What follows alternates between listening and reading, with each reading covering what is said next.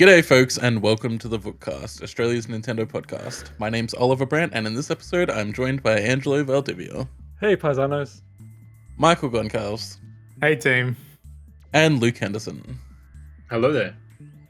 We've got a great episode lined up for you, probably the last episode of the year, all about a few interesting announcements from the Game Awards, a new collab for the Pokemon Company, and so much more. But first, let's talk about Alarmo, everybody's favorite alarm clock. Speaking of, as you were doing intro, it just ticked over the hour. So my Alarmo, which is like a foot from my microphone, did the hourly chime. So if that's come through in the audio, I apologize. I yeeted that thing off immediately. I was like, nope, I do not need that in my life. So there was a new update to Alarmo, which is a weird thing to say about an alarm clock, that added Mario Kart 8 Deluxe alarms. So it adds 7 new options, each containing music from a course along with sound effects, etc. Has hourly chimes, has where characters race across the screen making wahoo type noises, according to Luke. I don't have an Alarmo, probably not going to buy one. But I am curious to know from people who do have an Alarmo, if one of the alarms is for Moo Moo Meadows, because that would I don't think so, from memory. okay. No. Then I'm never gonna buy an Alarmo. That's the only thing that would ever make me buy one. The seven courses are Mario Kart Stadium, Twisted Mansion, Dolphin Shoals, Electrodrome, Cloud Top Cruise, Bowser's Castle, and Rainbow Road. And only one of those is correct. I personally would have been happy with those, except they do have. So you hear like the item box collection noise, and then there's the item throwing noise, and then like for which one was it? It was Dolphin Shoals was Yoshi. So you hear Yoshi going and all that as the music's playing. It's like music alone would have been perfect. Didn't need the rest of it. Am I an idiot? I'll leave that there. Silence. Is there a way to preview what these sound like before you do them? Yeah, okay. What the fuck, Nintendo? Yep. So there's like what? There's like what? Like 6 or 7 different themes at this point, I think. At the moment. Well, there's 5 themes, and there's now like 42 different tracks. Right. And like I was like, oh, let me just go through and like I'll see which one sounds best or what would be enjoyable. And I'm like, there's no way to hear what it sounds like without actually setting an alarm. Which is what I had to do to get waiting for it to go off. Yep. Who made this choice? And I also point out too, in the Zelda series, there's the Stone Talus boss fight music. That is an absolutely horrible alarm to wake up to. I had that because I had it on Zelda Random, and that was like the second day I had the Alarmo, and that came on. I'm like, nope, not using that. So it's my Alarmo now lives on my computer desk, and it's there as a clock and nothing else.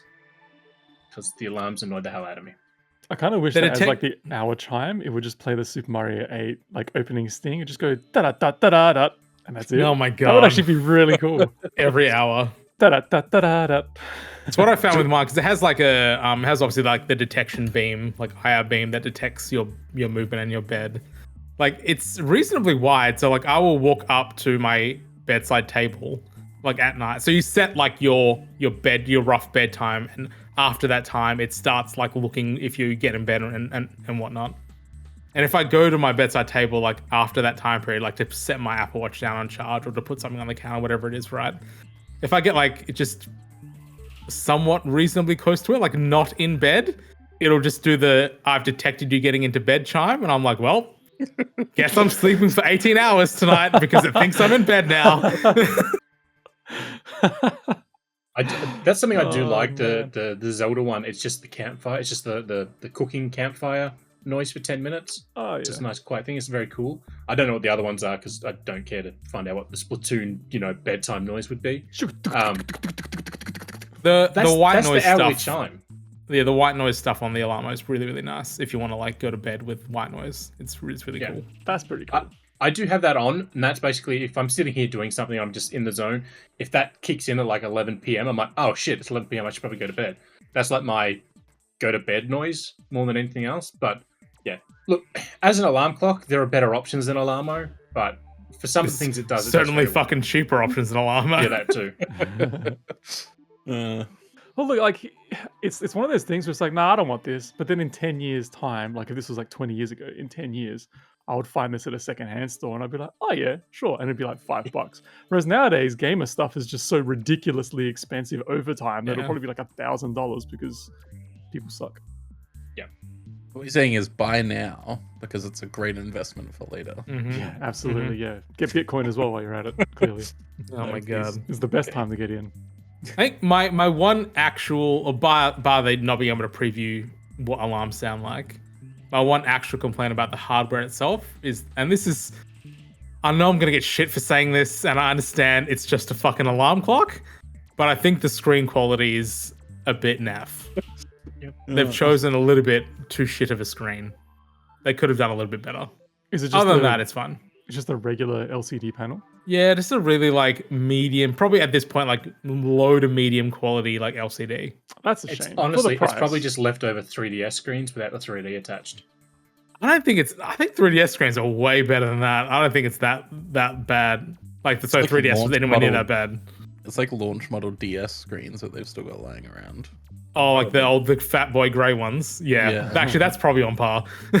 So I know we've got to move on in a moment, but I'm just curious. Look at the screenshot here of like the one of the beauty shots. So it's got like a little mail icon at the top of the Alarmo. Like, what is that notification? Just notifications. So you get notifications for like updates or like, you know, have you checked out this feature? Blah blah blah. Okay. Like it's only popped up like 2 or 3 times on mine. But it's not like Nintendo stuff being like, hey, there's a sale going on. You should go to your Switch and get this. At least not yet that I've seen. I'll keep you in the loop. It'd be great if they had like some little bits of functionality left over from like Wii Connect 24 or something back in the day, like little news things. That'd be kind of cool. If they just had like the Wii News channel like pop up, like something like news that or something. Yeah, sure. The weird thing is you have to, when you connect it to the internet, you've got to use the dial on top. And you remember the old, like, you know, enter your name screens on old games? You had like the big wheel you had to spin around all the time to get your letter. You know, it's basically that, but with a little dial you got to keep twiggling to get around to all the letters and numbers. I'm really surprised because they have, after that, when you set up your Nintendo account, they have a QR code to input your Nintendo account details, but they don't have that to set up Wi-Fi. I'm like, why? Like, it just, I don't know. It's really odd. I do just want to say it is extremely on brand for you, Michael, for me to be like, oh yeah, the screen isn't good enough. Like I want. I know. That's why I said I'm gonna get crucified for this. VR, you know. I mean, I get it. Like in this day and age, like it's just like I think it costs like what? It costs like $180. Like it isn't that complicated. I just feel like they could have put a slightly better quality screen in there. That's the thing. I think that was part of my argument when we were talking about Alarmo originally, like weeks ago. Was that like, as a Nintendo product, it is not a premium Nintendo product, right? There are other things to get. But as an alarm clock, for the price, that is a premium price for an alarm clock. Well, it's like almost half the price of a Switch. Like, right. You know what I mean? Like it's not cheap. And so, like, to me, I'm just like, well, you know, how do you look at this thing, right? In terms of like, where should it sit in terms of quality, et cetera, et cetera. So, like, to me, it's like, like it's not a top tier Nintendo premium product, but at the same time, it's an alarm clock that costs $180. Yeah, barring the screen, like the build quality is just pure Nintendo build quality. It's excellent. Like it's fantastic. It's just the screen. I was like, but that's I guess also really on brand for Nintendo. Like I think Nintendo's had questionable quality screens on a lot of their products in the past. So 10 out of 10. The Game and Watch things they did for Zelda and Mario, the screens weren't the best. So yeah. I think nothing will ever beat the DSi, the original DSi screen. That shit is, to this day, fucking incredible. I don't know who they got those screens off, but they're so good. Moving on. There's a new game called Omega 6, The Triangle Stars, that is coming to the West this February. So this is a game created by Takaya Imamura, who is was a quite prolific art director for Nintendo. He created the designs for Captain Falcon and the entire Star Fox team. He's largely seen as the creator of Star Fox, and F-Zero as well, I believe. Worked very heavily on that. So Yeah, this is a new game from him after the first game after he left Nintendo, and it is based on a manga that he created. Um, so yeah, it looks pretty interesting. It's sort of like a retro style, like sort of adventure-y kind of game. And yeah, I think it looks quite nice. It's probably not, exactly for me, but I dig the like cool pixel art. I just love the fact that one of the characters in it. So What? What? You're right. You're right there. What's going I on? don't know. I don't know who's making that noise. Is it me? Making What? a noise. Nobody's making a noise. I just You're stopped hearing a all of noise sudden. on your end. Okay. Who is I don't in know the what's going room on. with you? I was gonna say I do like the fact that the art for it has a character that looks very much like Evil Fox, but not like Wolf, but like Fox. So, Yeah, it totally does. Yeah. Yeah. They're Yeah, on Steam too. Neat. Oh, awesome. Great. Yeah, this is the first time I'm seeing or hearing about it. Yeah, it looks really neat. I love the art style. It's absolutely Mm. gorgeous. And It's It looks to very be like- classic Nintendo, which makes a lot of sense. but it also looks like a point and click game, which seems a bit unusual for a Nintendo game as well. Because like at the top of the screen, you got the UI that's like move, inspect, talk, call it a fight. yeah. Mm. So it's very sort of LucasArtsy at the same time. So I think that's kind of interesting because I don't think there are many games like that came out of Japan, right? I'm sure there were some, but not a whole lot.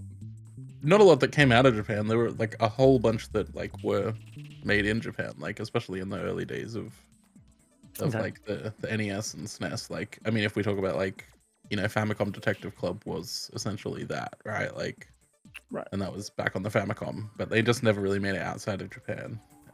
So yeah, it's got a lot of great vibes. Hmm. Um, Yeah, it looks awesome. Comes out on the 1st of March. Wasn't February? Well, I Oh, think well, So was it'll February. be it'll be the 28th of February, but Steam does this weird thing where it adds a day because we're Yeah, in right. Australia. yeah, I'm looking at the Steam. Oh, right. page. Oh, yeah, 28th of Feb, of course. Yeah. I was like, 28th? What do you mean? The 1st? That makes no sense. How do calendars work? That Uh, was Yeah, cool. so- Totally down for it. Yeah. a nice thing. And yeah, like Nintendo people like moving on and doing their own stuff is always awesome because we get some really cool stuff out of it.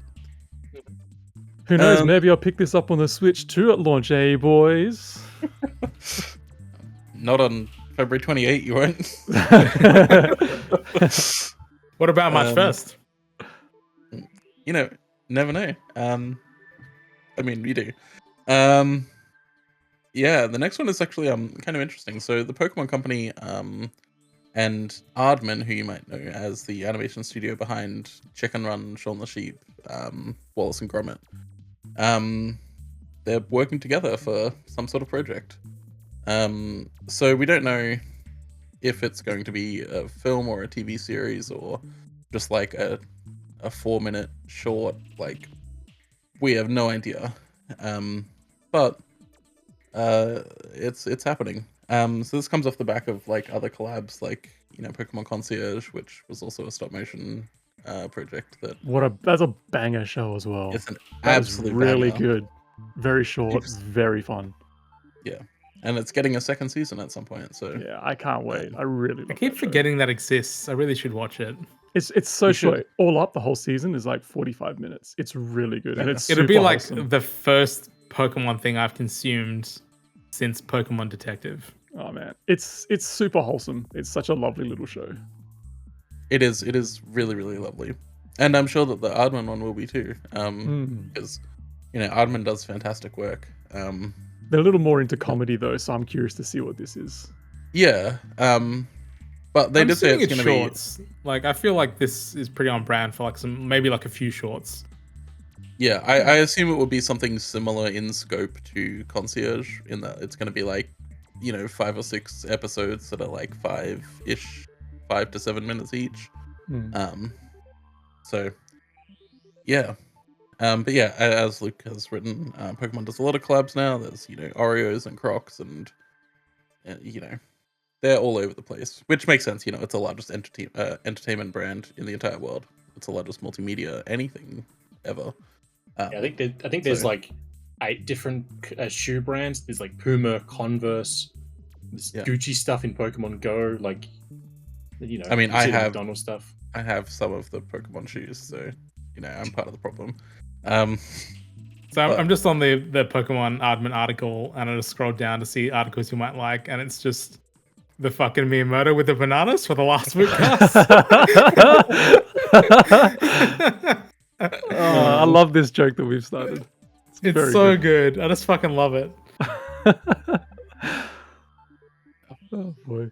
Also, but speaking of the article though, like at the very last line, is that so? Yeah, it's meant to be coming in 2027. It says that 2027 might look far away, but it'll be 2025 in just 20 days. It's like that 2027 is still like 750 days away. Like that's still a long time.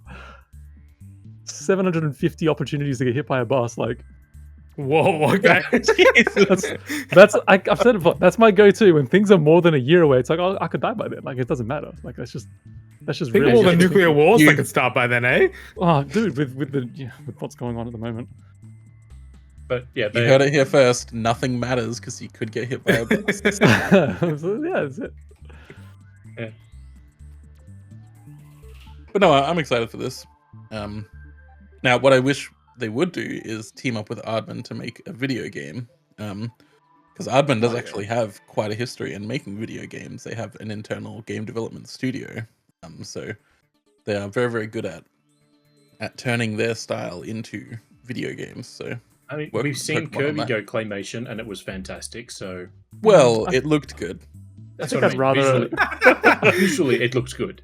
I think I'd rather Aardman make a real video game though.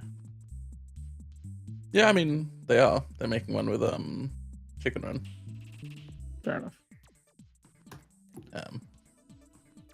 But yeah, so I don't know. Give us more like weird collaborations with animation studios. Like, there's so many people doing like really interesting things with animation right now.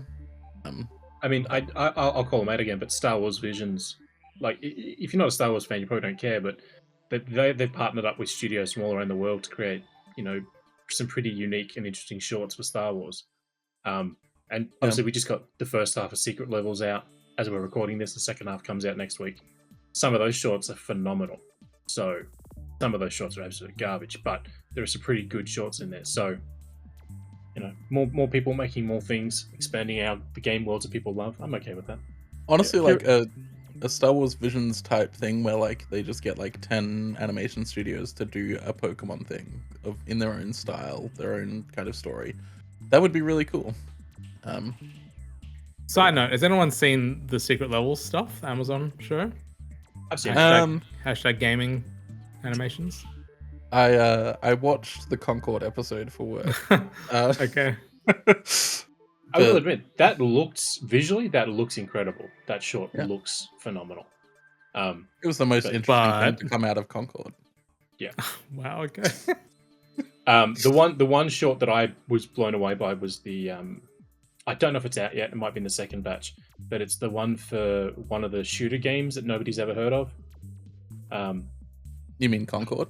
No. The it's a realistic Earth-based shooter. What was it called? I can't remember for the life of me, and I can't bring it up. It's because just it'll mess called the video. Realistic Earth-Based Shooter. That's it. It's like Exodus or something. But yeah, there were times when I was watching it and I had to like remind myself it was CGI because the animation was wow. just so damn good. I've heard Let me take a almost nothing but bad things about it. And I was like, I'm not excited, probably wasn't the right word, but I was interested in at least like checking it out. But I'm just like, The biggest complaint that I had is just there's too many shorts where they don't have proper endings. And it's like, Yeah, right. I get it, it's a short, but like the Puck one, the Pac-Man short, that had this ending and it was like, oh, what the hell? Where's the rest of it? And then, you know, we'll get to it in a moment, but Bandai Namco just announced a game that expands off that short. And it's like, okay, you know, you probably should have told people that before they watched this 5-minute short and got pissy that you didn't make something good.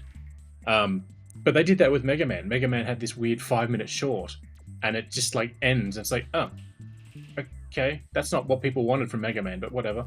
So yeah, there's some really good ones in there, but for the vast majority of them, they just don't have proper endings, and it feels it's like you have everything that leads up to the big build up in a movie, and then it ends. You don't get the payoff from all that time. So Yeah, that's what I was going Yeah. to suggest. Is that like it sounds like it's just a bunch of glorified trailers in a sense, like they partnered up for purely for marketing.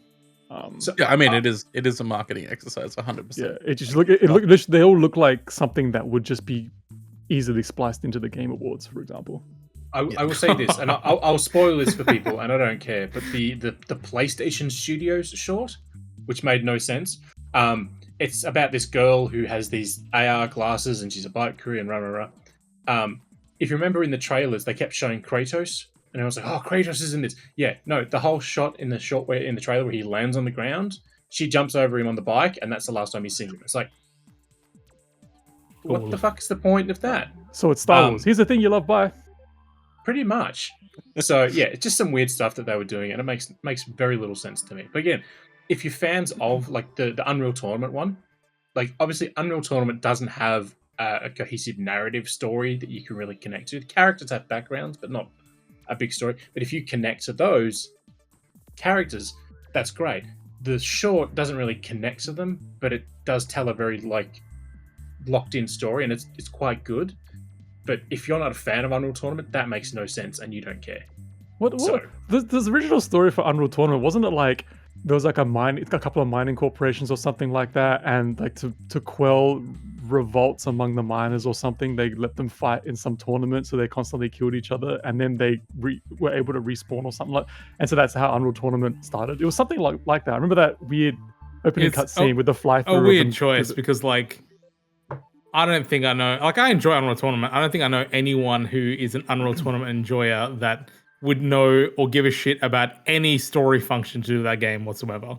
I just remember that because that was like every time you load it up, it was like the something corporation. It was just this weird fly through of one of the levels, and it would just go ahead and just explain just nonsense about miners or something. So fighting in that's a how they tournament. do it. But in this, it's the miners are robots, and the robots started rebelling. Okay, brilliant. Okay. So now it's Cool. a team of robots against teams of humanoids that go up against them. So just bots. Overwatch. All right. Well, talking about video game ads, let's move on to the Game Awards, which took place just a couple days ago. I covered it for work. I know Luke covered it as well. I don't know if Angelo or Michael have watched it. Not yet. No. Like I've I seen a saw the couple of- runtime and I was like, nope. Yeah, I've seen a couple of trailers that come out of it, but not ones that I think particularly interest me. Oh, no, that's not true. The one that you're about to talk about, actually, that was actually really cool. Yeah. So we'll go through the things that are like actually kind of relevant to Nintendo, but then we'll talk about the Game Awards as a whole because there's a lot to talk about there. So in terms of Nintendo stuff, we're not talking about the bullshit cat AI thing that is just a piece of wank and should never have been at the Game Awards. But as Statler and Waldorf said, Jeff Keighley likes to sell out. There's Oh, a prime God. example of that. That was so beautiful. I Yeah. didn't see You know, that. Jeff's like, so funny, guys. And everyone's like, yes, this is very true. So for people who don't know the Muppets, one, you need to know the Muppets. But two, Statler and Waldorf are a pair of cantankerous old guys who always sit in the balcony and heckle whoever the guest was on the Muppet Show. That's them. And they interrupt at the start, and then Keely's like, guys, we're trying to do a show here. All these people are here to see the show. And one of them goes, oh, people, half this is, this thing's not full. And then the other goes, yeah, I thought you always sold out, as a joke to the fact that Keely always sells out to, for money. So yeah, it's just stuff like that. And there's only three of those little vignettes throughout the show, which I was a bit disappointed by. But the fact they just mocked him, which was great. And again, he would have approved it because, it's his show. But the fact that he was willing to take that. They also made a phenomenal joke about like how he and Kojima were best friends, and then they were like, "Oh, does that was Kojima know so that?" good. Which is very Oh funny. my God, That's great. That is amazing. I love that. They like cut away to like Kojima like smiling in the crowd. It was so good. Every time I've watched the that's Game great. Awards, the Muppet stuff has always been the best part of that show. The Muppets are just incredible. There's a great Honestly, I Muppets think the SNL skit Muppets- that I saw on TikTok the other day. I don't know if you've seen that one. The With, what, sorry? There's a great Muppet skit on SNL that I saw the other day on TikTok. It's like Michael Keegan-Key and someone else, and they're playing like bouncers, and the two old dudes are in the balcony just heckling Kermit when he's got a segment, and then they're just acting like bouncers coming on the stage, telling them to shut up, blah blah blah. But yeah, it's a great segment. I highly recommend that one. Goes for like 2-3 minutes. I'll check it out. But no, I genuinely think I think my biggest problem with the Game Awards is that it's hosted by Jeff Keighley, and he's not that exciting a person, and isn't. He's really not charismatic at all. presenting, right? So I was like, we'll start with all the Nintendo stuff first, and then we'll talk about the Game Awards. all right, yeah, let's do Nintendo stuff first. So there's a new Ninja Gaiden game. It's Ninja Gaiden Ragebound. It's being created by the Game Kitchen, who are the makers of the Blasphemous series, which is absolutely phenomenal games. The story takes place while Ryu is away, so players will be Kenji. I've never played Ninja Gaiden, so that means absolutely fucking nothing to me, but I'm sure fans will be losing their minds that they get to play as Kenji instead of Ryu. The Christmas Eve before I got my Game Boy, I was given 2 games by my aunt, Metroid 2 and Shadow Warrior, which was the Game Boy version of Ninja Gaiden. And I didn't have a Game Boy then. So they were, oh, you have to borrow your brother's Game Boy to play this. And I got the Game Boy for Christmas the next day. So I fell in love with that series because Shadow Warrior on Game Boy is brutally hard, but it's so good. So I'm very, very excited for this. Well, likewise, I'm very keen for this as well because, like, I remember I have Ninja Gaiden on Master System, and I remember there was a kid who had it on. Sorry, NES. can we just pause for a second? Because that is the most Angelo sentence I think that has ever existed. Is I had Ninja Gaiden on Master System. Hold on. Like, that's But my point is that I remember playing it on the NES because another kid had it, and there were two not very different, but there were 2 different games, and I feel like the Master System version was way superior. It looked better, it ran better, and I can't remember if it was harder or not, but I never finished the game itself. And whenever I think you're not talking about Shinobi because that was a Sega game and it looked lot like Ninja Gaiden. It looks very different to Ninja Gaiden. Shinobi's very yellow and brown. Ninja Gaiden was super colorful. No, man, Ninja Gaiden was amazing. I loved it. If you ever get the opportunity, I highly recommend just booting up an emulator and playing both games because they feel and look very different. But yeah, I'm very keen for this, and it looks just like what I remember on the Master System. Obviously this is being done by the Game Kitchen, and I was like, cool. But when I saw the gameplay, I'm like, honestly, this just makes me think The Messenger. Yeah, well, Messenger was sort of like a love letter to that as well. Yeah, but that's just how good the guys at Sabotage Studios did with The Messenger. Just how good it This looks. is a very classic scenario of like this game looks like what you remember Ninja Gaiden being like, which is great. Yeah, for sure. Yeah, so that's coming to Switch and everything else in 2025. And yeah, it looks absolutely phenomenal. As I said, I've never played Ninja Gaiden, but this trailer was more than enough for me to be interested in it. Like the gameplay looks super, super good. I know pixel art is phenomenal. Can we give some credit to .emu as well? Like they just did Metal Slug Tactics.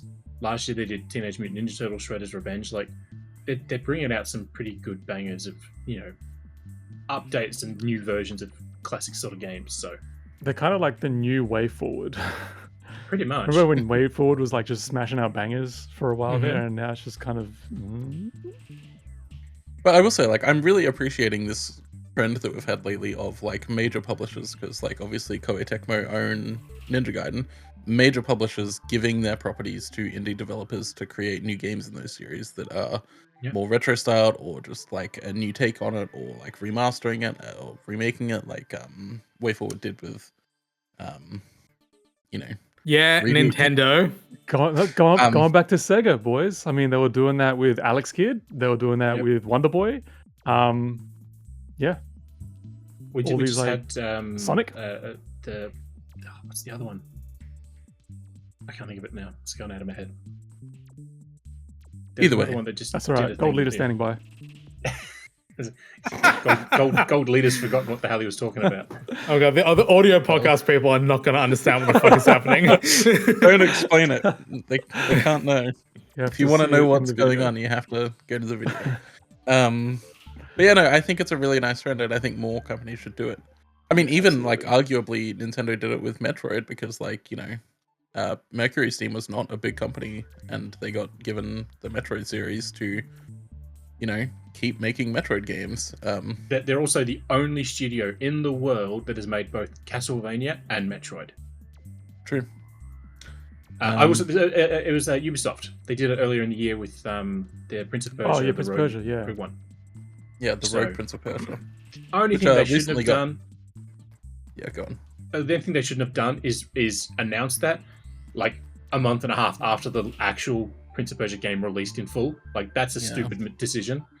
But it's still they undercut themselves there a little bit.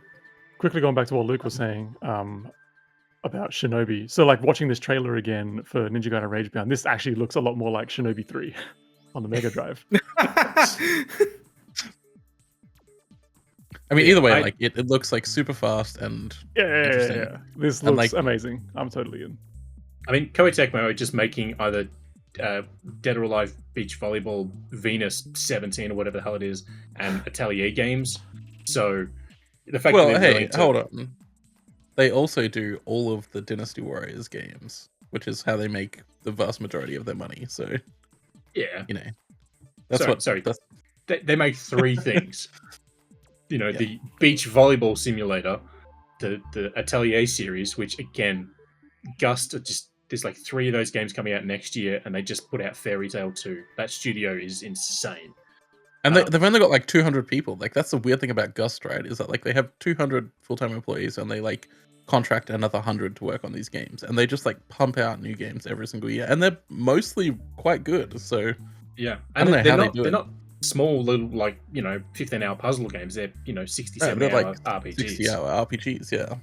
So talking about beach volleyball, while we're on the subject, I wish Nintendo, I wish Sega would license out Beach Spikers to someone, because I actually unironically enjoy the shit out of that game. It's very good on GameCube. It's a great volleyball game. I mean, if you want a decent volleyball game, a decent sand-based volleyball type sport, .emu make Windjammers. That's such a qualifier. What's with discs? It's not with balls, so it doesn't technically count. But anyway. Talking about dead series that have been resurrected. Okami is getting a sequel. And what's it called? It's called Okami Sequel. Fucking kill me. It's more creative than Okami 2, at least. Says the exact same thing with a different word. In all seriousness, I would take Okami 2 over Okami sequel. Absolutely. Given the studio's name, who's making this, I'm surprised it's not called Okami's.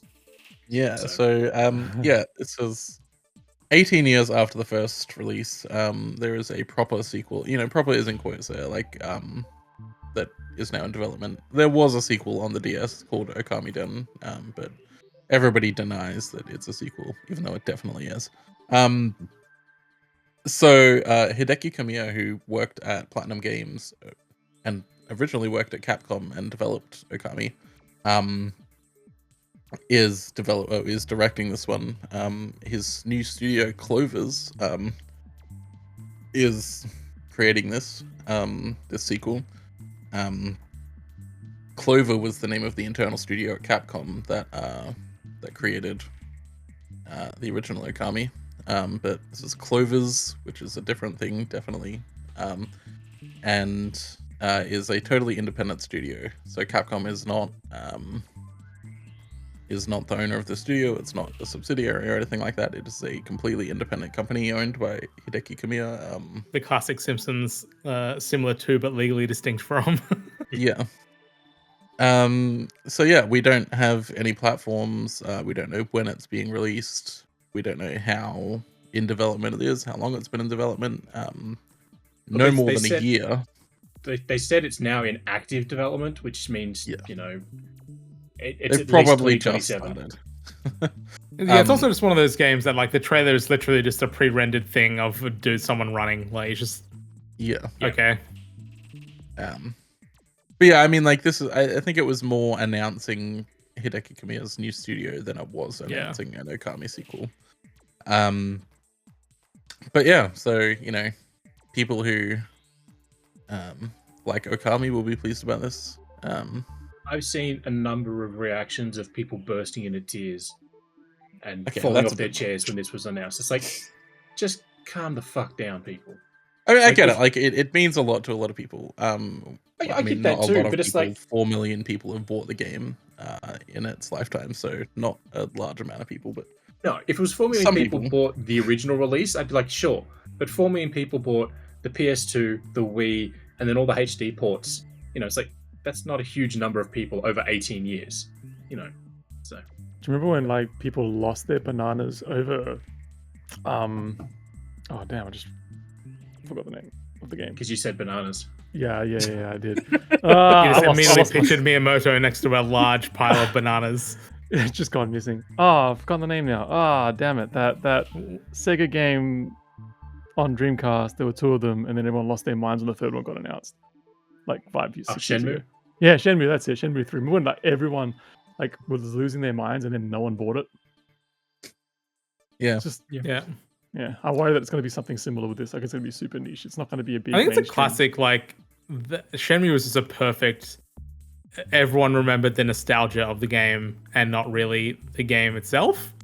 Like Yeah. the game is fun enough, and the third one is exactly like the other two games, and everyone's like, "Wait, this is crap," and I'm like, "It's exactly what you fucking asked for." Exactly, yeah. Yeah, it is basically exactly the same as Shenmue 1 and 2. Like, it is not new or different or changed in any way, and unfortunately people hype things up in their head as better than it was. And the studio behind the Shenmue series announced their new game at the Game Awards right after the next game we'll talk about, and it's a Netflix mobile game. Yeah. So. But while we're just talking about Capcom for a second, hold on, let me just check that it's not in the. Okay, it is later. We'll get back to that. Let's talk about Pac-Man. Because yeah, Pac-Man is getting like a Metroidvania game. 2D side scroller, dark, gritty Metroidvania.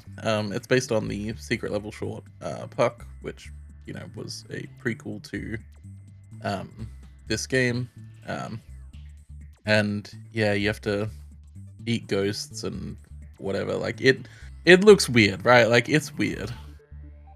Let's be real. Like dark, gritty Metroidvania Pac-Man is like the thing dreamed up by deranged people, but like I'm also kind of on board because it looks really good. Yeah, I'm assuming everyone is just like watching the trailer silently. Yeah, I don't know Apparently this right at now. all. I'm just watching it now. Yeah, I watched it the other day. I think I put it in the chat, and I was like, I did not have a Metroidvania Pac-Man game on my 2024 bingo card. Yeah. The thing that really I think. Yeah, go the on. thing that not bothers me, but like irks me about this is it's like at no point in the 42 years of Pac-Man that we've had now has he ever had anything like this. It's always been bright and colorful, and it's like that's fine, but now it's like the complete opposite way, and I'm like, it's so different.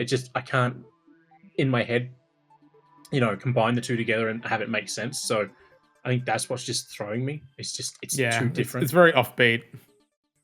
You know what it is? This has massive Bomberman Act Zero energy. That's what this is. If you guys remember that trash fire of a game. Yeah, but this actually looks good. Like, does it? Yeah, I think it does. Like, okay, man. If this wasn't like called Pac-Man in any way, right? Like, I think it would look like a really fantastic little Metroidvania game. Like, I'm into Metroidvanias, and this looks like I'm really into good. Metroidvanias too, but this just looks like any other Metroidvania to come out in the last 10 years. I mean, It definitely has that same art style. Which It looks like I don't know. It looks like it's made in Unity, like just like an indie made like Unity game. Yes, I think That's you just what it fucking is. nailed it. Like, yeah, there's something about I don't know Unity games, which I don't even think it is a Unity game, that just has that weird vibe. It's that weird, And like this- smoothly animated. Everything is Yeah. kind of keyframed in Unity, where like that joints are kind of like just really smoothly running around, and the characters float when they jump rather than actually have a bespoke jump animation, etc. It has that kind of vibe. Trying to see if there's an engine on the end title card, but I can't see one. There isn't that I've seen. All I know is that it's Bandai Namco Studios that are making it, so it's an internally developed game. Interesting. They do It have an probably will official not website, be but- Unity then.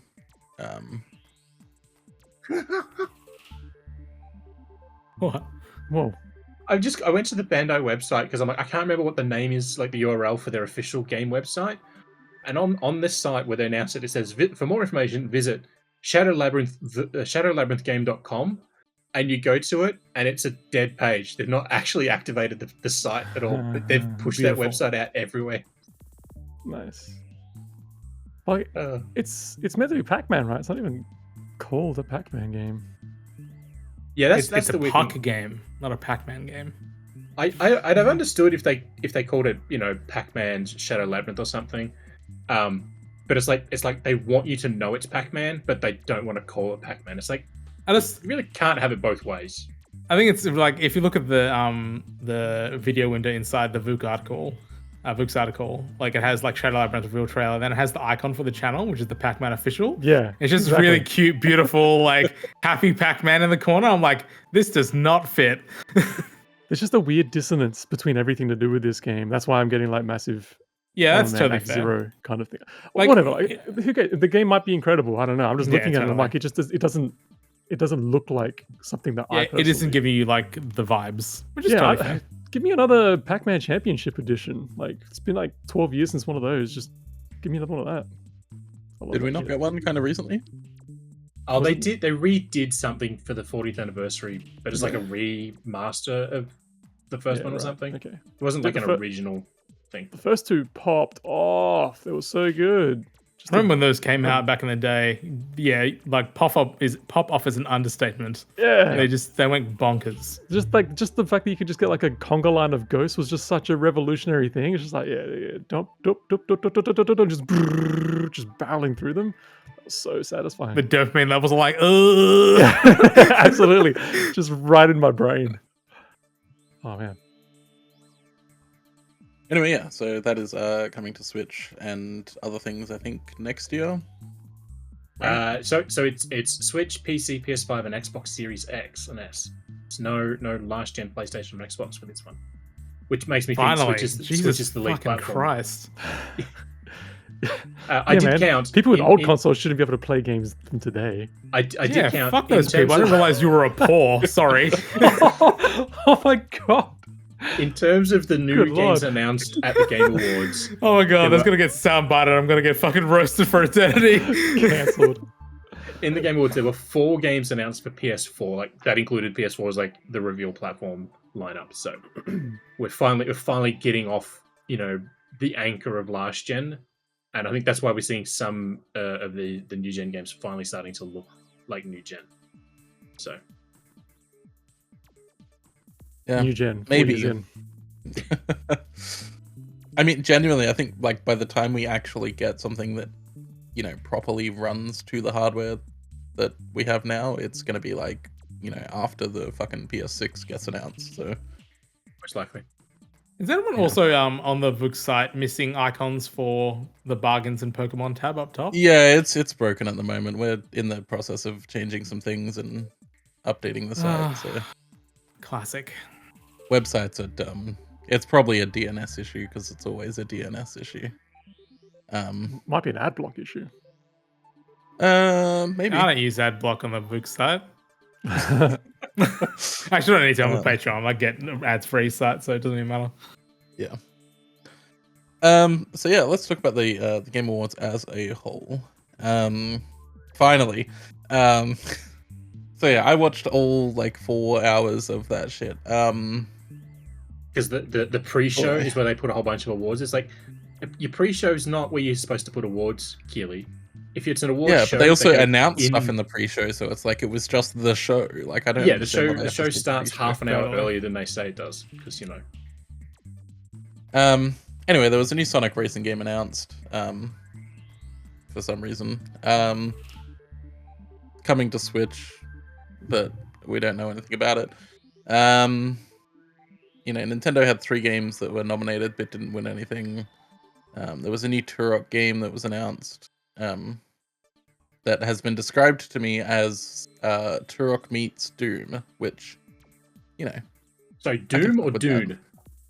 Doom with an M. Oh, with an M. Cool. I don't see that because Doom's a first-person shooter and this is a third-person. So I don't understand. Yeah, but it's still Turok meets Doom.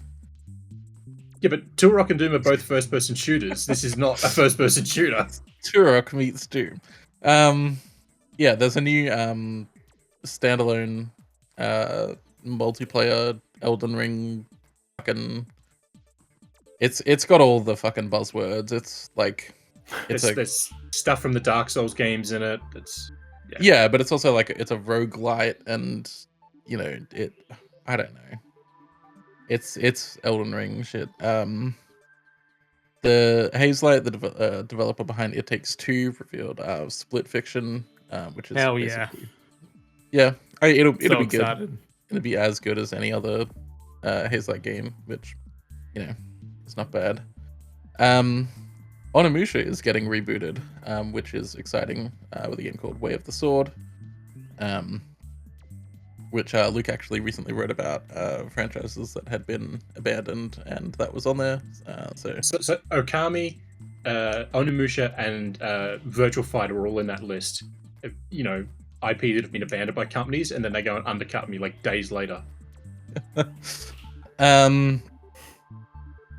Naughty Dog revealed its next IP, which is Intergalactic: The Heretic Prophet, which looks like a video game. There's Warren Spector announced a new game. It's like a multiplayer immersive sim stealth game, which is weird, but looks quite good. Project Robots was teased from the creator of Ico and Shadow of the Colossus. Stage Fright was revealed, and that's from the makers of Overcooked. That's probably coming to Nintendo platforms, let's be real. But I want to talk about Astrobot because I'm quite annoyed. Oh boy. Astrobot took out 4 awards, including Game of the Year, and I think that this is kind of a bit bullshit, right? Because it's a 3D platformer winning Game of the Year, which I think is like totally cool. I think 3D platformers should be eligible for the Game of the Year, but this would never have happened with a Mario game. Right? Like, let's be real. No 3D platformer Mario game is ever going to win Game of the Year. Hasn't happened in the last 20 years. Not going to happen going forward either.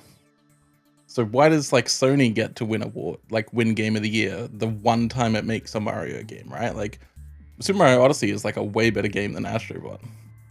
It is.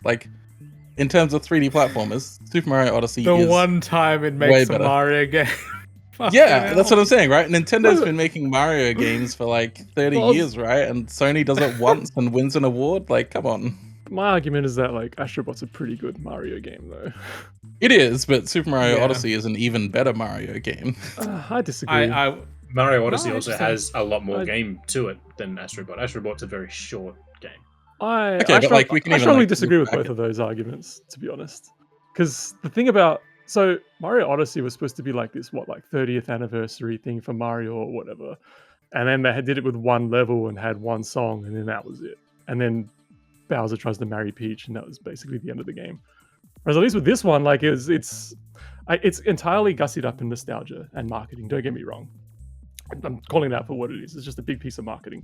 But it was also just a really good, tight game under there that looked incredible.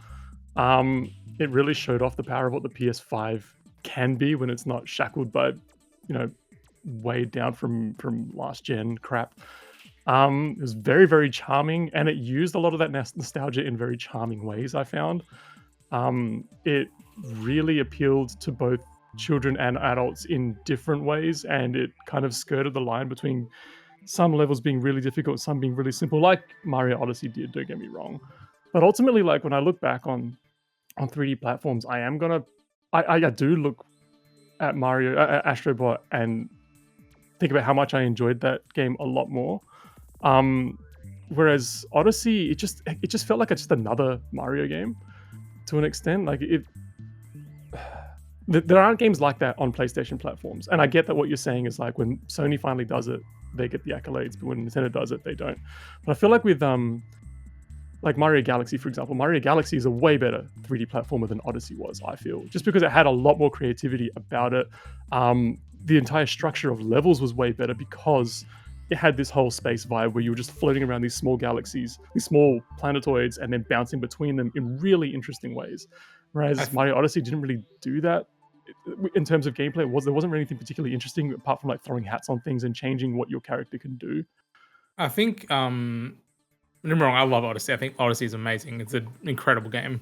But I think the thing that lets it down in this particular like thing and argument is that it's too open world. The thing that made Astrobot super tight is that it was short-ish, like bite-sized levels, like encapsulated within itself. Where Mario Odyssey is almost the exact opposite of that. It's super open world in every level, and there's tons of different holes to fall down and other little bits to discover and whatnot, which is, don't get me wrong, it's awesome. And I love that as well. But the fact that I can just pick up Astrobot and play through like a nice little bite-sized bit of content that's an entire level is super, super satisfying. And I think that's probably the thing that Mario Odyssey wouldn't win for. Yeah, but like what I'm saying, right, is that like I don't think Super Mario Galaxy, if it had been released this year, would have won the award that Astrobot won, right? Like Astrobot won this because it appealed to the nostalgia that was like specific and valuable to the people voting on the awards, right? And that's why it won. For sure. Know, because when Astrobot came out, like I feel like a lot of people had a similar opinion with me where we're all just saying like, this is what a Mario game like Odyssey should have been this. It should have been like oozing with nostalgia and like looking back and bringing in all these characters and having levels based on that.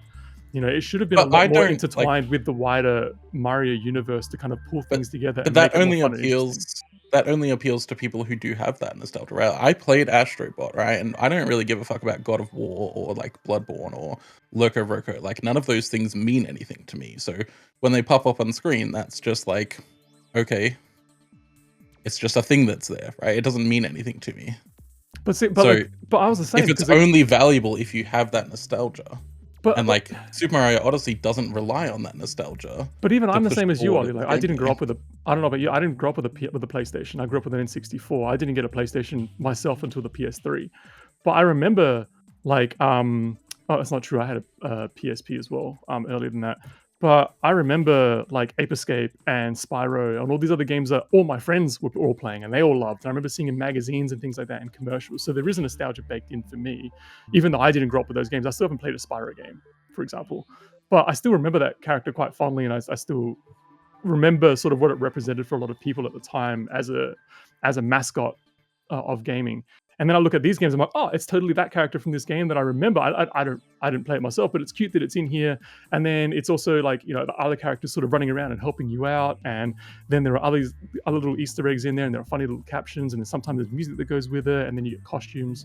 Like there's all these fun little things that they do with the game rather than something like Nintendo where like even Smash Brothers is like, oh, there's this statue that you can, this little figurine that you can get in Smash, and it just has like a 3-sentence descriptor, and then that's it. Like there's nothing really there to interact with or anything like that. I feel like this game gave you the opportunity to really interact with that history with Sony rather than just like putting it behind a pane of glass, if that makes sense.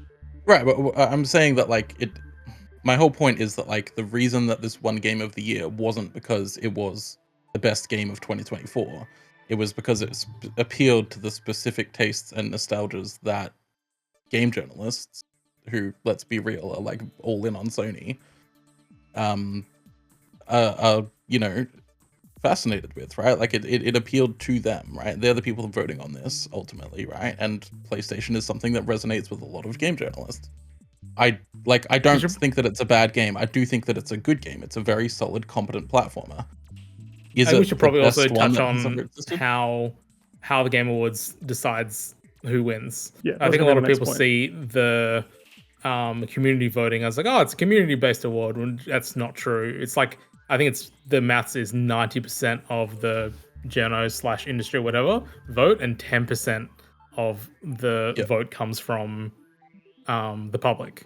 So like realistically, the public has no say in what wins, unless like somehow the other side is so fractured they don't make up 10% of any one thing, which is just never going to fucking happen.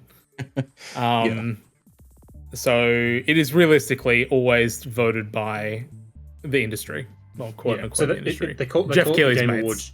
They call it the Game Award jury, and I think there were 2 Australian outlets in it. One was, it might be 3. One was Oz Gamers, and they've gone now. So I think the only local one that I know of is Survivor, and I think Press Start might be in it now, but I'm not 100% sure on that. So it's pretty much like you've got to be top tier, or just well known in order to be on this jury. And I'll point out one thing, so just for context, Super Mario Odyssey was nominated for Game of the Year in 2017, but it lost to Breath of the Wild. Rightly so. It's not like Mario platformers haven't been, acknowledged in the past. It's just my personal thing is Astro Bot is a good game, but I think there were better games this year than it.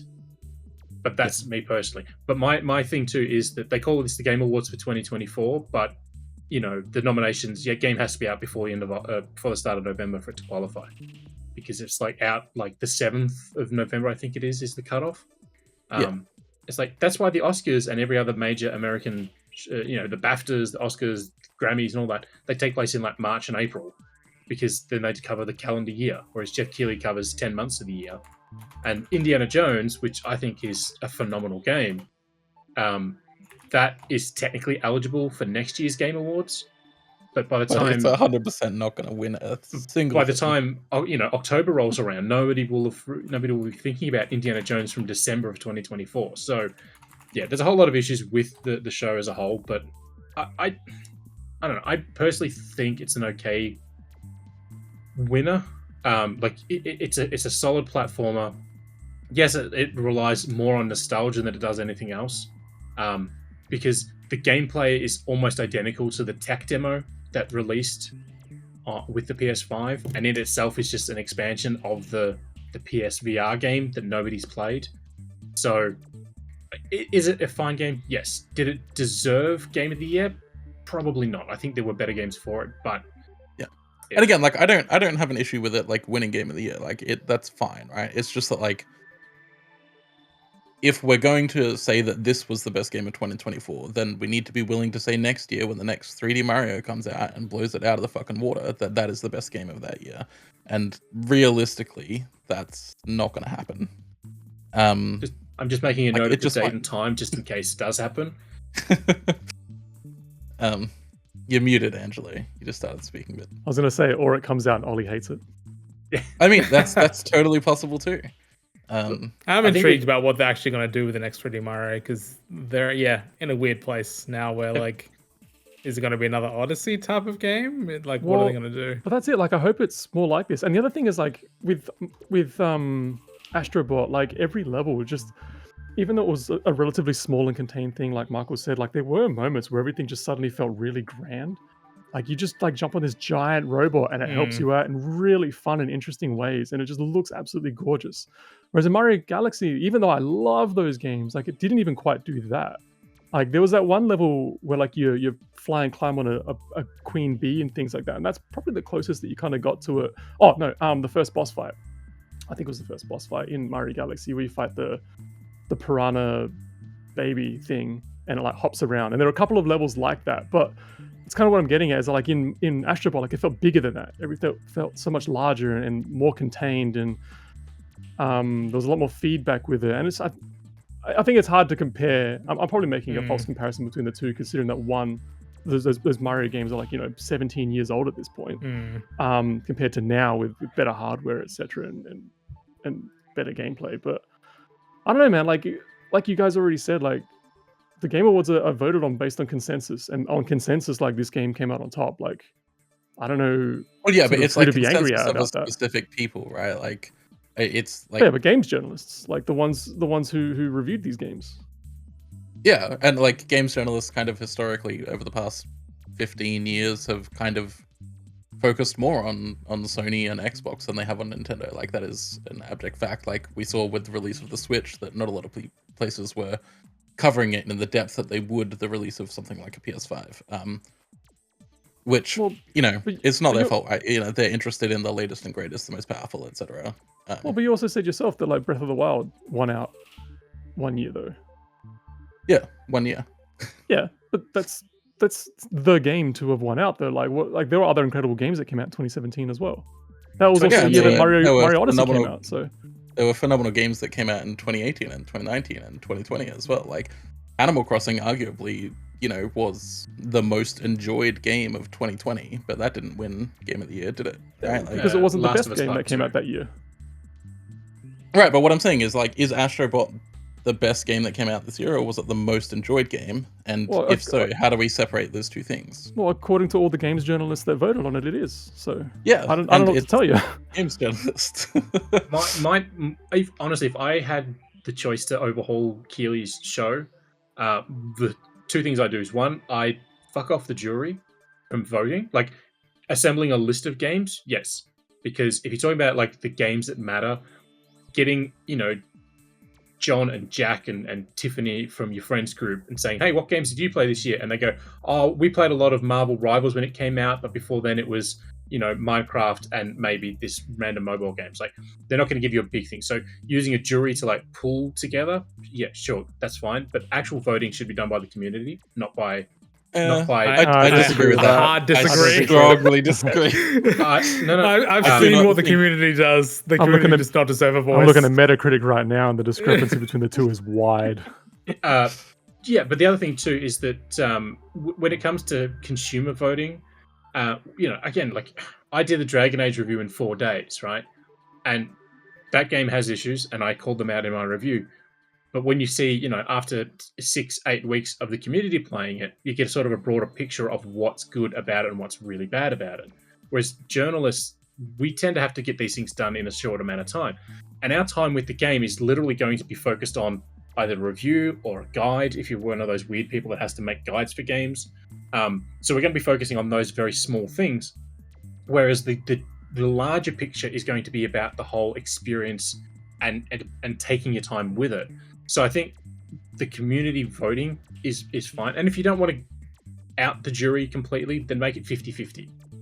It shouldn't be like 90-10, it should be 50-50. But the other thing that I would do too is I would make sure that these awards take place in the next year. Like these should be like February. It shouldn't be taking place in December. That's a given. Because it should, if it's for the year of 2024, then it should be every game that released between January 1st, 12:01 a.m. and December 31st, 11:59 p.m. Right? You shouldn't be excluding 7 or 8 weeks worth of games just because you want to host something in December. And then the last thing that I would do is get rid of Keely off the stage. Like I don't care if they have a rotating cast of announcers or presenters or whatever, like they do with the Oscars and whatnot. But there's a bias against him, and yes, he took some licks this year from the Muppets, but because people don't like him, a lot of people don't watch this, they don't care, and I think that hurts the whole experience as well. And again, we see it all the time with Famitsu's been doing this stuff for years. The BAFTA have been doing game awards since 2004. So there are other places doing awards, and I take their input and all that more seriously than I do this group. This is just unfortunately the biggest and shiniest one. That's why people pay more attention to it than they do the BAFTAs. But also like the game awards. You go. Okay. No, please. I think my biggest complaint about the VGAs is that obviously it's a team of people, but it's owned by Jeff Keighley. It's a one-person award show, right? All these other big award shows, the Oscars, the Grammys, ARIAs, BAFTAs, whatever it is, are all like industry bodies that are looking out after these things, right? Which I think the gaming community sorely needs. Like, this shouldn't just be controlled by one dude and his fucking love for Hideko Kojima constantly in every fucking show. It's just dumb. The whole thing needs to fuck off and be rebooted. Well, yeah, that's the thing that I was about to get to as well. Is like this isn't an industry event. This is a commercial event. That's why it is like a 70-30 split between the amount of trailers we get, which is in the majority, and then the actual award presentations, which is in the minority. But there are other awards shows as well. Everyone gives the Game Awards so much attention and so much air because it has all of these trailers in it, right? That's why everyone gets their eyeballs on it. But in actual fact, like these awards really don't mean anything. Like if you what matters to you is more like gameplay based or interest in the innovations in games itself, then look to something like the GDC awards instead. Then you've also got the BAFTAs, and then there are other awards that kind of are kind of pushed off to the side that aren't given as much attention either. Like the only reason why this one gets so much attention is because so many eyeballs on it because it's a big commercial event. But to like what Luke was saying, like the review, the votes aren't based on like what a website gives for review, in terms of like whether they favor a game because it has low reviews or anything. Like from what I understand and from what I've heard from listening to other sites, podcasts and stuff, like the panelists, the journalists that are working for these sites, they get to go there and like kind of bash it out and have their own discussions about what games are going to get what votes and stuff to represent their outlet. It's not like, oh, this game got 100 and this game got 70, therefore that one that got 100 is going to get the vote. Like they will sort of discuss it, and maybe it will come down based on like recency bias throughout the year. But yeah, again, it's all just based on consensus anyways. Like gaming journalists are still gamers at the end of the day. Like it's all based on opinion and taste, and part of that is nostalgia. Yeah, I just think that should be like a wider pool of people contributing to this, right? Like, why is it just game journalists? Why are game developers? Why are games leaders and Well, it depends on which game. Like, is the Guardian part of the pool of journalists? Like, you have journalists that work there. USA Today, other like Bloomberg. Is Bloomberg part of it as well? I have no idea. So. Yeah, see, like they've got really great gaming journalists that work in those sites in more mainstream media as well. Like they should be considered for this type of thing too, and maybe get rid of the guys who just sell their souls out for like a new pair of like Neon Genesis sneakers or something like that. And yeah, I think just encapsulates the entirety of the VGAs, quite frankly. And that's what I mean by it being a commercial thing rather than an industry focused or peer based thing like GDC would be. And you can tell me just like Ollie, like all the random like bullshit that happens during the awards, right? Like I saw the intro of it where it was oh my god, Baker and Todd from the Indiana Jones game. Then like, here, let's bring out Harrison Ford. I'm like, why? Oh yeah, he's not in the game. God. He's not part of the games community. Yeah, like, no other awards show does this type of bullshit where they just like randomly interject like X celebrity here for no fucking reason. Remember when Al Pacino came out one year? They're like, hey, look, there's this old guy. He's like, my kids play video games. It's like, oh, get grandpa. It's just so weird. Like they brought like Snoop Dogg in for like a performance and to present an award as well, and it's like just like. Yeah, why? They're there for the people that are in the audience. That's why, just to get them hyped up. Still take a selfie and post it on Instagram. That's all it is, and that's it's just a commercial event. The best thing for you then for that is Sam Lake came out to present Best Narrative, I think it was, and watching remotely, we get to see this black and white montage like overlay of the video, and he's got this narrating clip. He's like, the detective noir stories from like the 30s. Dan walked into my office, but it's like him talking about, I'm back at the Game Awards. And on stage, he's just standing there looking like a bit of an idiot. And we get the black and white, we get like the full effect. But if you're in the audience, you're just watching a guy with a voiceover, and it made no sense. Would have made no sense to people in the audience because they wouldn't have seen it in black and white. It's like they've done that specifically for the broadcast, not for the people in the audience. So yeah, but then they get excited because they get to see Sam Lake standing there. So. Yeah, I will say, like, the way that like journalists like fucking fall over themselves over Sam Lake is one of the weirdest things I've ever seen in my life. Oh, Sam Lake's not the only one, man. Like, even that, there are other games creators that do the same thing. Kojima is another one. Kojima is another one. Like, they've got these meme status game creators that they think are, the video games Elon Musk, and they just love them. Like you never say that sentence ever again. When they came out and they talked about, the Muppets made the joke about, Kojima's here. Keely's a friend of his, and he's like, oh, does Kojima know that? My first thought was, oh yeah, that makes sense. But then they have this big thing about you only get like 2 or 3 minutes to accept an award, right? So instead of having like 8 people all 45 say thanks, seconds, just FYI, it's 45 seconds. That's how long you got this year to to give a speech after you got an Maybe award. more trailers to fit in. That's why. Yeah, but what's funny is like they had the bit for the game Dispatch with Aaron, whatever his name is, the guy from Breaking Bad. Aaron Paul. That's it. I've never seen the show. I don't care about it at all. But You should. they had him. It's fantastic. I still don't care. But they had him come out with Laura Bailey, and I dislike Laura Bailey with a passion. I do not. Why? Why? She's Laura fine. Bailey's lovely. She's a lovely person, but everything she's in, she has the same voice. If you watch any of the Fine. Marvel animation stuff, her as Black Widow is the same as her Mary Jane from the Spider-Man games. And I think she doesn't have a large amount of range for sure. I think what That's she my does, thing. she does well, but yeah, she's there's not a lot of range. phenomenal in when she's cast. But the thing is, it's like if you cast William Shatner as evil bad guy and then cast him as the good guy, you're getting the same damn thing both times, just with a different outfit on the character. That's what I think of for her. She's great, but it's still just Laura Bailey, right? So when they brought them out, they had this like weird 5-minute back and forth thing, and it's like, okay, probably didn't need that long for this game that nobody's heard of, that you're trying to hype up that nobody cares about. But I then what literally really- went to the shops to get a sausage roll. Not even kidding. They started talking, and I was like, I don't care. I just walked away. What annoyed That's me about Such that an is incredible Australian sentence. I almost went down to the shops to get a sausage roll. but when they did, they had some guy come out, some musician guy, I don't know his name, but he came out to present the award for best music, and it's like, yeah, cool, right? That's on there. They had Abubakar Salim from creator of Tales of Kenzera. They didn't mention about that. They mentioned, from Game of Thrones. It's like, you're at the Game Awards. He made a damn video game. Bring that. But the thing that annoyed me is everyone gets like a minute to talk about the award they're on, outside of Harrison Ford, because it's Harrison Ford. People are going to tell him no. This weird Dispatch game, they probably paid out the ass for it. And then fucking Kojima rants for 5 minutes about whatever the hell topic he was presenting an award for. And I'm not kidding. They cut to the audience, and one of the developers in the audience literally looked at his watch. It's in the actual presentation. They cut to the audience, and the developer looks at their watch to be like, man, this guy's talking for forever. Because, of course, Kojima doesn't speak English, a lot of English.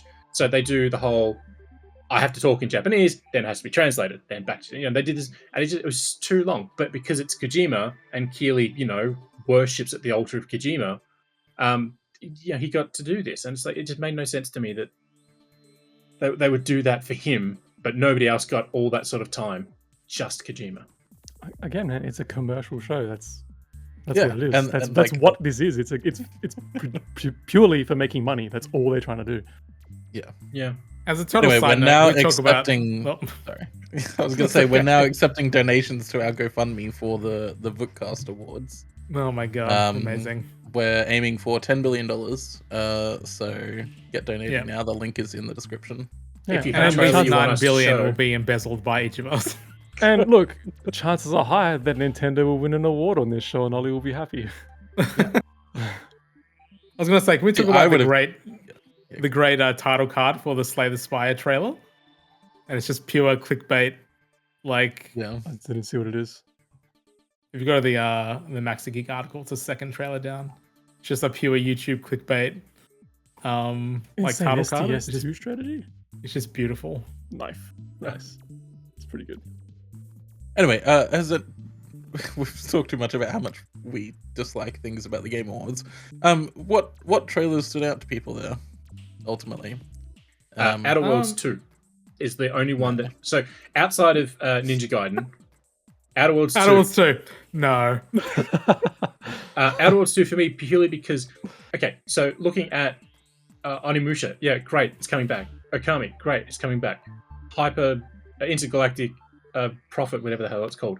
Yeah, it looks great, but you show me 3 seconds of gameplay after a 5-minute video. It's like, no, it's like 3.5 minutes. Turok, I'm down for Turok, but what you showed is not Turok. It's no, some it's weird Turok third- Origins. It's Turok meets Doom. How many times do I have to say it, Luke? but it's not what Turok is.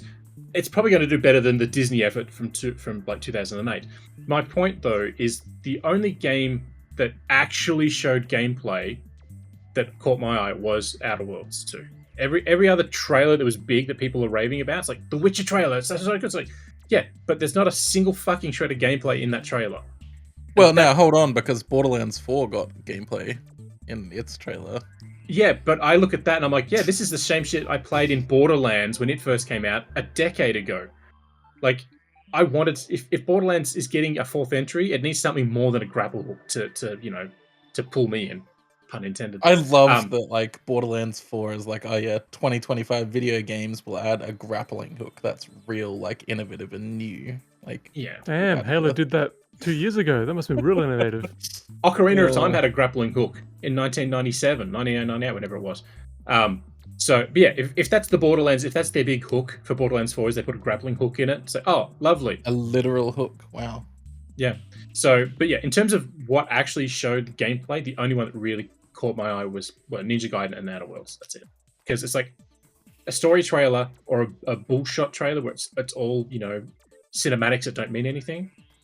We've had 100 of those over the years. Like Cyberpunk had one, and look how bad that came out when it released. So, yeah, I want gameplay from my trailers, and those two delivered.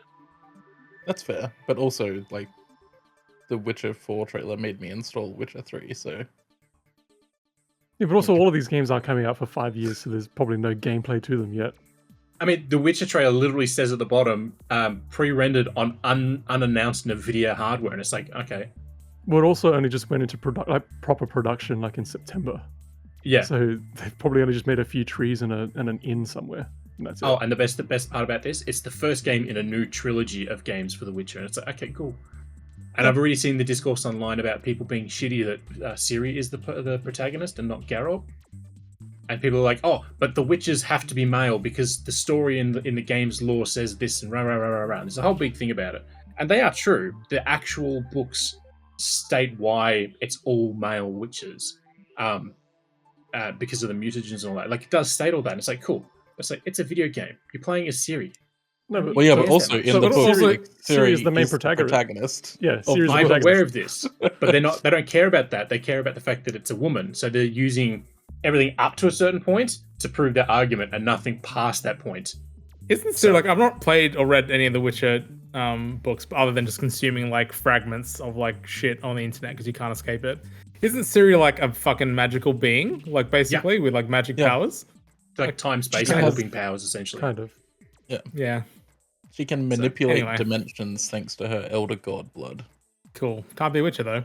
The only thing that really like grabbed my attention and just like I'm just intrigued by it, I don't know if it's actually going to be good, it's actually probably going to be garbage, is that Thick as Thieves game. That like multiplayer, like looks like Dishonored style of like stealth and extraction game, which looks reasonably cool. But I don't know. Like I said, it's probably going to be bad. But the rest of it just sort of like whatever.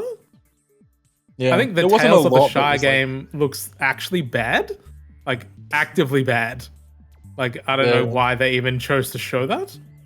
Oh, the worst part about that is that they showed it with like a fake, like, oh, I'm a cozy gamer influencer. Totally. I'm gonna do a definitely real let's play that hasn't been scripted for me by the developer. Like, I hate that so much. They did that. Valve Studios did that with Midnight Club. Midnight. Yeah. I think the Midnight Murder Club. Yeah. That's the one.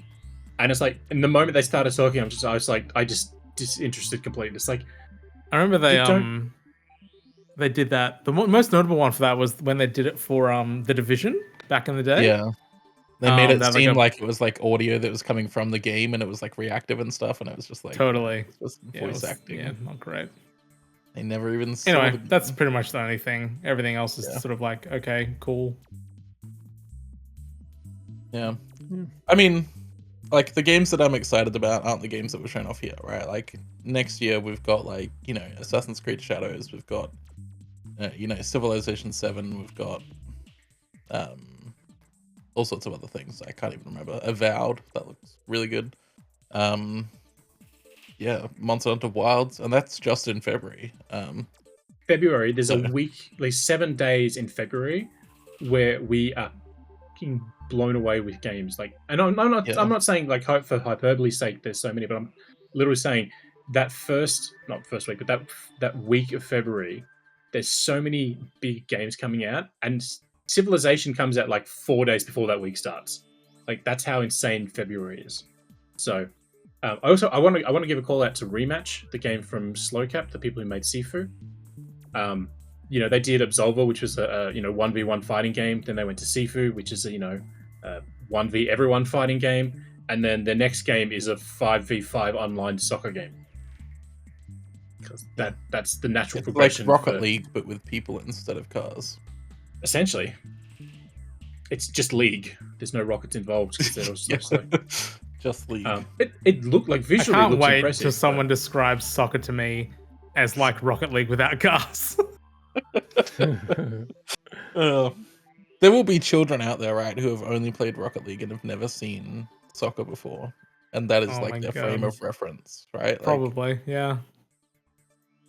just like there would have been like full-ass fucking full-grown adults who watched the Game Awards and were like, "Oh, I've never heard of Okami before," and because they weren't alive for its release. That's wild. Yeah. That was Yeah, I 18 mean, years ago. It's the same with The Witcher 4. Like, I probably won't be alive when it releases either. So I will In say 2027.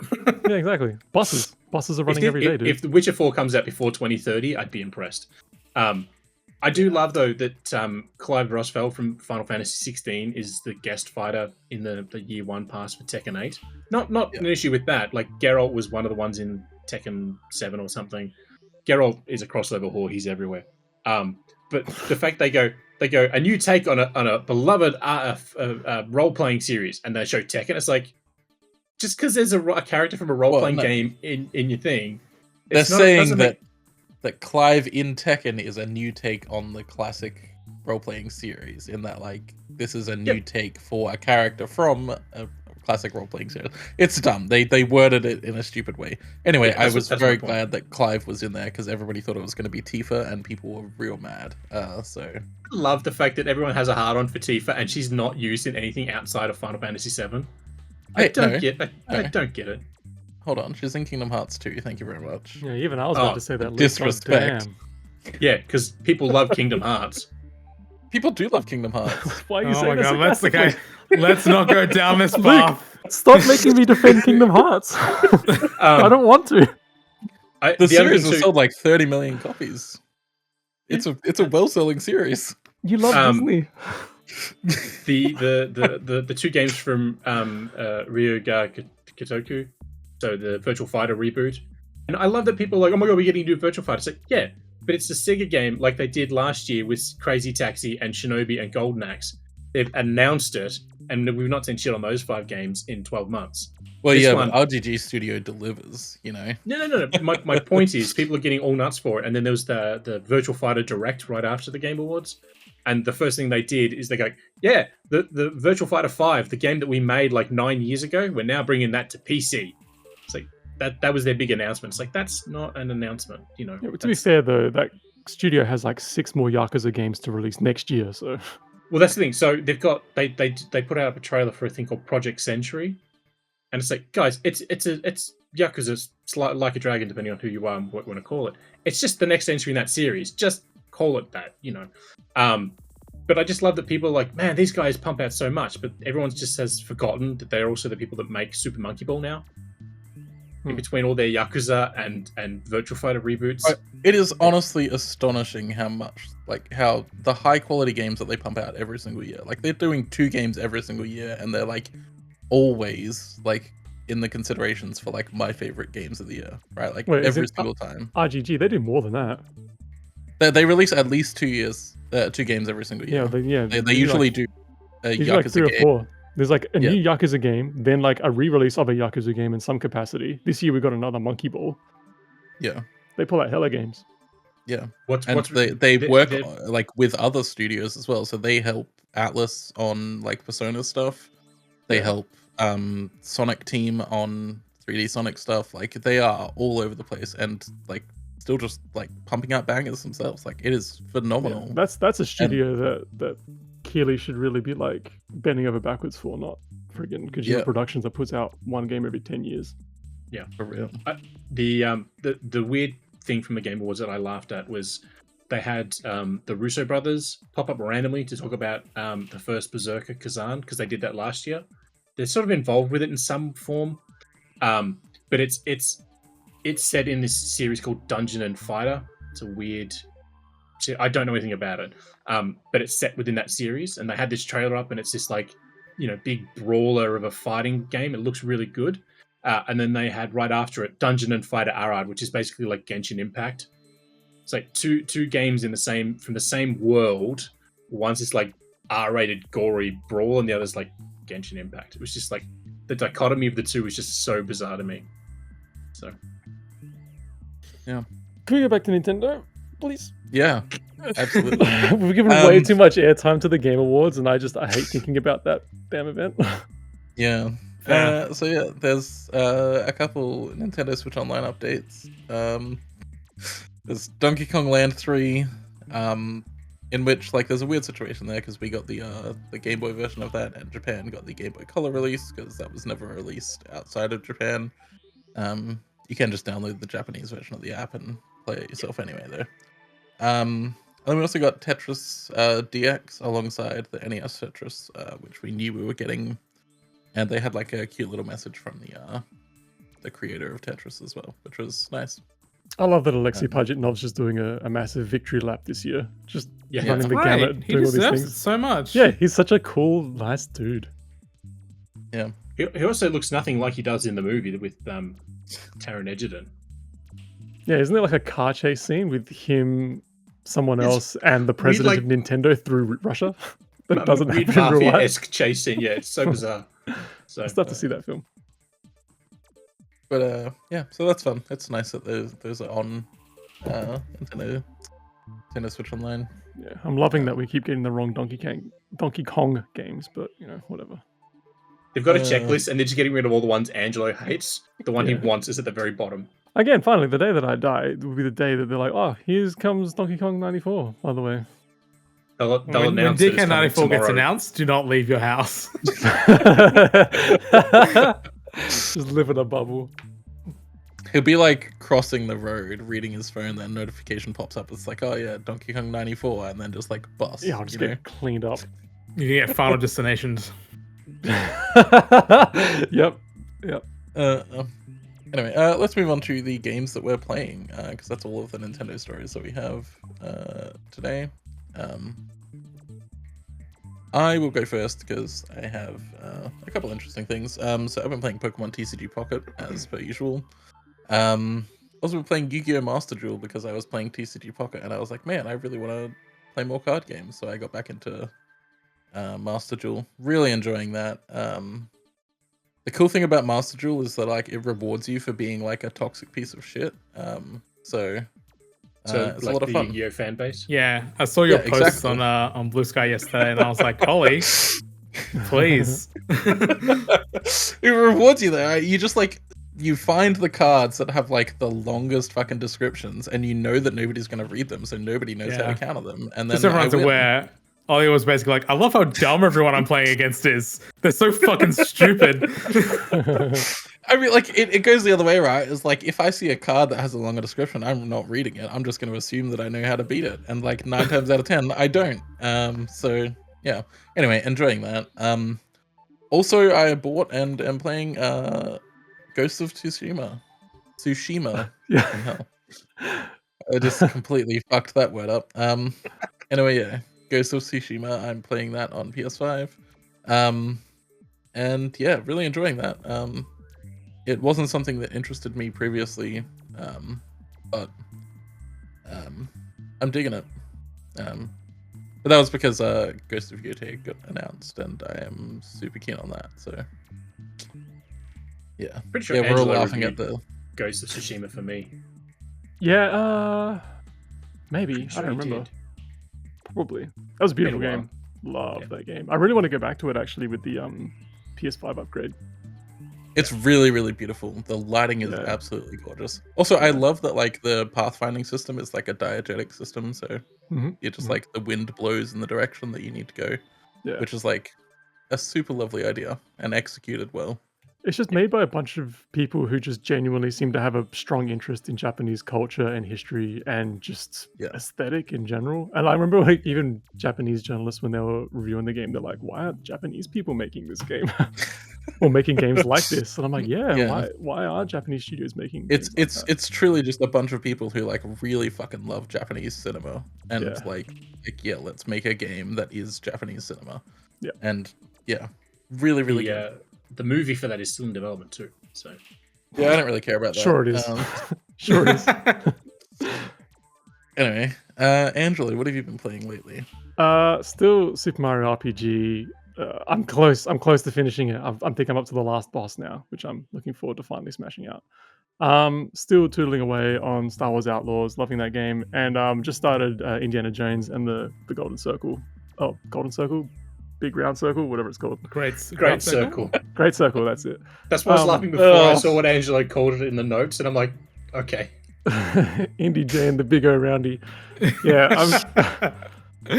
I'm actually really liking that game. I'm about an hour and a half into it, and yeah, man, it just oozes Indiana Jones. It's really good, and Troy Baker is just such a chameleon of a voice actor. He's just phenomenal. I'm always impressed by that guy. Yeah, really enjoying that game. People listening don't know who he is. He was Joel in The Last of Us. He was Booker DeWitt in Bioshock Infinite. He was the Joker in the Batman Arkham Origins game, the one that He was done by everything Rocksteady. and everything. Like, He was also Joker in the recent Batman Arkham VR game too. He's Nolan North post 2017, basically, just everywhere. He's Nathan Drake's brother in Uncharted 4. Yeah, that's true actually. The thing that I keep smiling about though in Indy J is like every time you punch someone, it just has the same punching sound effects from the film. It's just over the top, just. It's so good. It lands so well. I love it. I remember seeing somebody complain about that. They watched, I think it was like the fourth movie. And they're like, the fact that it took me out of it. The fact that every time he punches, it's the same sound effect. I'm like, that person needs to fall into a volcano. Yeah, it's like they really don't understand what he needs about. But yeah, I've seen so many great posts of people being like, "Oh, I tried to sneak past a Nazi, and then he saw me, and then it's just a screenshot of like 28 dead Nazis on the floor." And they're like, "Oh well." I won World War II. I will say, I didn't realize that game let you do this until like the other day. I was running around Giza trying to collect the last bit of stuff you have to collect, and if you press like the right bumper on the controller, he whips, right? He can grapple on things and swing and all that sort of stuff. But if you press and hold, it actually grabs onto their arm or leg wherever you're aiming. And like if you do it to their ankle, he'll grab it and then he'll yank them down. Didn't realize that's how you did that. So just tap is like a whip, press and hold, yanks them down. So that's cool. I was trying to sneak around. I was trying to sneak around a place with like Italian fascists around, and I'm like trying to grab onto a ledge. This is at the beginning of the game, and I accidentally like cracking my whip, and it was right near a bunch of dudes, and they weren't hearing it. I'm like, this game is unrealistic. That is not actually what would happen. Everyone would be going off right now. Yeah, so one of my coworkers is Italian, and he was saying that like, you know, people in Italy are like losing their shit over this game because like every single time an Italian person speaks, it says like fascist in parentheses at the front of it. Which like is really funny that like all of the like weirdo right-wing fascists in Italy are getting mad about this game because like that is exclusively how they're portrayed in this game, which is very funny. It's almost like they all are the Nazis understanding just how say Nazi. I was gonna say it's almost like they're understanding how Germans have been portrayed in media for the last 70, 80 years. Yeah, I will say though, South Africans in the 80s. Yeah, That was also a big one. The funny thing about the fascists, especially in Italy, is every time I walked up to them, the same two things happened. One, they would sneeze, and then two, they would complain either about having forgotten to post a letter or needing to get something to eat. Yeah, man, that's what we do. You sneeze and post mail. Yeah. But something else, there's an achievement for beating the crap out of a fascist with a musical instrument, which I appreciate. I love that. Yeah, I did it with the guitar. I should have gone with the violin, but I did it with the guitar. I found like a Asian-inspired like sitar type thing in one of the levels where you go later, and I carried that with me till I found a fascist in that level to beat over the head with. Yeah, nice. So it's great. Hell yeah, down with fascists. Michael, what have you been playing? The first two are the same as we've been playing for the past several thousand years, because one of them is a multiplayer game, the other one is just no end in sight. So Hello Loose and Satisfactory. I will say I got 2 new monitors recently, and I didn't realize how clear things could be. Hell Let Loose is like a completely different game when you can actually like see things. It's beautiful. What were you I've playing also on been before? adept.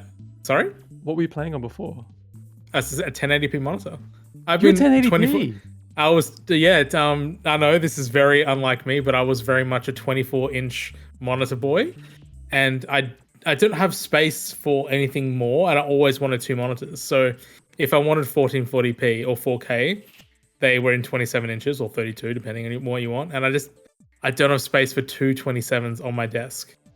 So I've been holding out for these 1440p 24-inch monitors, and I imported them from the UK, and they're fucking glorious. That surprises me. I genuinely did not realize you were a 1080p boy up until this point. That's purely just because I couldn't have a large Out of monitor necessity. size. Yeah. Man, what a whole new world for you. I'm a 1080p boy by choice. I'm all in on 1080p for PC gaming. That's totally fine. Like from a performance point of view, like I 100% totally get it. It's way easier to like $2,000 on a fucking graphics card. Totally, it's way easier to drive like a 1080p monitor. Yeah. But yeah, and then I've also been dabbling in that games within games UFO 50 game, which is really cool. Boy, what a great really package nice. that is. It's so good. I'm not very far into it, but it's so good. Yeah, I love it as a concept. I love that it's just literally a concept game, like what you get with a concept album. Like it's a fake history of a fake console with fake game. Well, not fake games, in real games, but a fake history of a fake console manufacturer, and you just get like their entire lifespan of video games, and it's 50 video games. It's such a great idea. Honestly, if any game like needs a console port, it's UFO 50 because like it is. I'm amazed criminal that it's that only on console PC. Players can't play that yet. It is a phenomenal game. I hope it'll be a hell of an effort. Like I'm sure it was a hell of an effort for this game, but I would love to see them tackle like a 16-bit era type thing. Make it like 25 games or 30 games, which is still enormous. But like if they did something like that with the 16-bit era, that'd be fantastic. It'd be so cool. 16-bit UFO 100. Make it more complex. 100 games. It'd be amazing. Luke, what have you been up to? So I finished off Indiana Jones for review, and again I've been going back through and just getting everything, all the little collectibles, because some of them are so well hidden that you've got to like find secret rooms. And there was one, and in Giza, and on the map, because when you bring up the map, the little icon will stay on the screen when you close the map for like 3 seconds. There's no like permanent map on the screen. It tells me where the thing is. I'm like, cool. I ran around in a circle for like half an hour trying to find a way in. I thought, okay, maybe it's one of those ones where you've got to like enter from over here, then make your way underground or something. Because there's a few that do that. No, there was this little teeny tiny little box like on the ground that it's got like this stuff, and you have to light it on fire. There's so many of those little hidden nooks all around the place in this game that I just didn't even think to look at the ground for an entrance. So yeah, just doing all that sort of stuff. Play through Fairy Tail 2 for review. That's so much better than the first one that they did. The first one was so clunky. And it had that weird, and it's a Japanese developer thing, unfortunately, but it had this weird thing where they just don't put the voice in the game. They just do text, but then they'll have the characters, the actors come in and do a whole bunch of groans and grunts and noises for the characters. So every time like the text appeared, you get a hey, and it doesn't match anything about what they're saying on screen. But this time they actually have all the actors doing proper full voice for the game, which I thought was really, really good. And there were times when it's just like watching the anime, some of those cutscenes. So, and I've been playing through at the same time Fitness Boxing 3 on Switch for review. So that'll come up in the next day or so. And I'm honestly quite surprised at how much, if you play it properly, how much that makes you work. Like it's a workout game, but it actually does put you through a bit of a proper stress of doing it. So do they have real songs yet, or is it still just like MIDI versions? I don't know. I don't care about any of the songs they put in. I've been doing like these 9-minute like their own music they've put in, their own things, because it's like I don't want to hear like the same song for 9 minutes in a row or have it swap randomly. Because some of this is like Billie Eilish is in there, Coldplay's in there. It's like they've got some things. It's like I don't think the rest of them are worth listening to at all. So, but yeah, I've been enjoying it. So Sorry, I'm just like, I'm trying to process. Like, oh yeah, the good ones are Billie Eilish and Coldplay. Like, They're the what only a names- what a range, right? They're the only names that I noticed out of the list because I see the list and I'm like, okay, cool. I don't listen to a lot of modern music because most modern music sucks ass. So Strongly disagree on that front, but yeah, fair enough. All right, moving on to Nintendo 20 questions. Angelo, you are. Let's do it. I had two games open first here, and I've game. been bouncing back and forth between the two, but I'm going to knuckle down on this one. All right, hear me. what one was it? You have to guess it. Yeah. One of these days that's gonna work. It would have been hilarious if he had said what the game was and then he had to change to the other one. That's fine. That's why I had two. Alright, was this game released on or after January 1st, 2000? No, it wasn't. All right. Was this game released in the 1990s? Yes, it was. Okay. It's a NES, SNES, 64, Game Boy Color. Or Virtual Boy. No, we banned that. Remember? I don't know. Was this game released on a handheld console? No. So No. the worst of the two options. Was this game published by Nintendo? Yes. Was this game released on Super Nintendo? Yes. Okay. That narrows it down quite considerably. Yeah. It does. There's still a lot of games. It's not like an N64 library. Yeah. 24 games to choose from. Okay. Published by Nintendo. Does this game feature recognizable Nintendo characters on the box art? No. Okay, so it's not a Mario, it's not a Kirby, it's not, a Zelda or whatever. Zelda, I don't think Zelda has Link on any No. characters on the box art. Majora's Mask No. might have I mean, something. that's- It's a Super not Nintendo stupid. game. Yeah, that's true. So yeah, no. So it's just a logo on the box. Okay, so it could be a Link to the Past then. But, I mean, technically, if we're talking about, things that are on the... There's, the Master Sword is on there, and that's a character. That's a recognizable. Okay. It is literally a character. The lore says it's a character. Yeah. Fee. Well, technically, its Fee is in the sword. Yeah. Is this a racing game? No.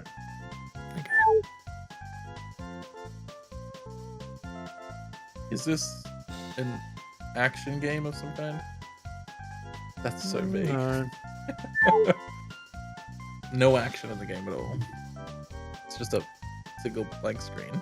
It's just a cue card. That's it. Yeah. For 30 hours. It's a wall of text. Is this game considered an RPG? Yes. That's 10. You sure that's 10? Because I got 9. Yeah, I can use my fingers. We'll go with 9. We'll go with 9. Because I'm thinking like Earthbound. Yeah, maybe. I'm just trying to think.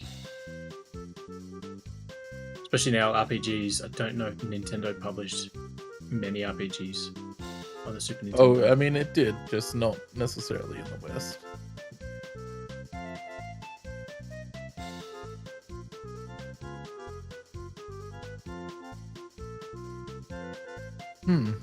Tough one.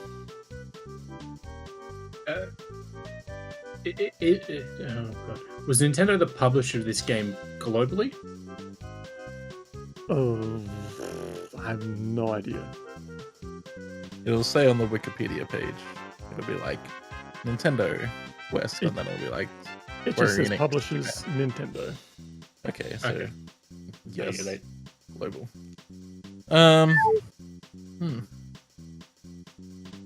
Tough one, because RPGs.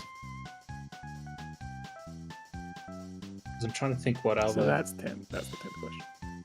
what other RPGs there would have been. Because obviously, Earthbound or Mother, as it was known in Japan. There's a whole bunch of Square Enix stuff, but they all published themselves back then. Well, except Squaresoft. Live Alive, which was published by Nintendo everywhere, which is why it got remade on Nintendo and not anything else.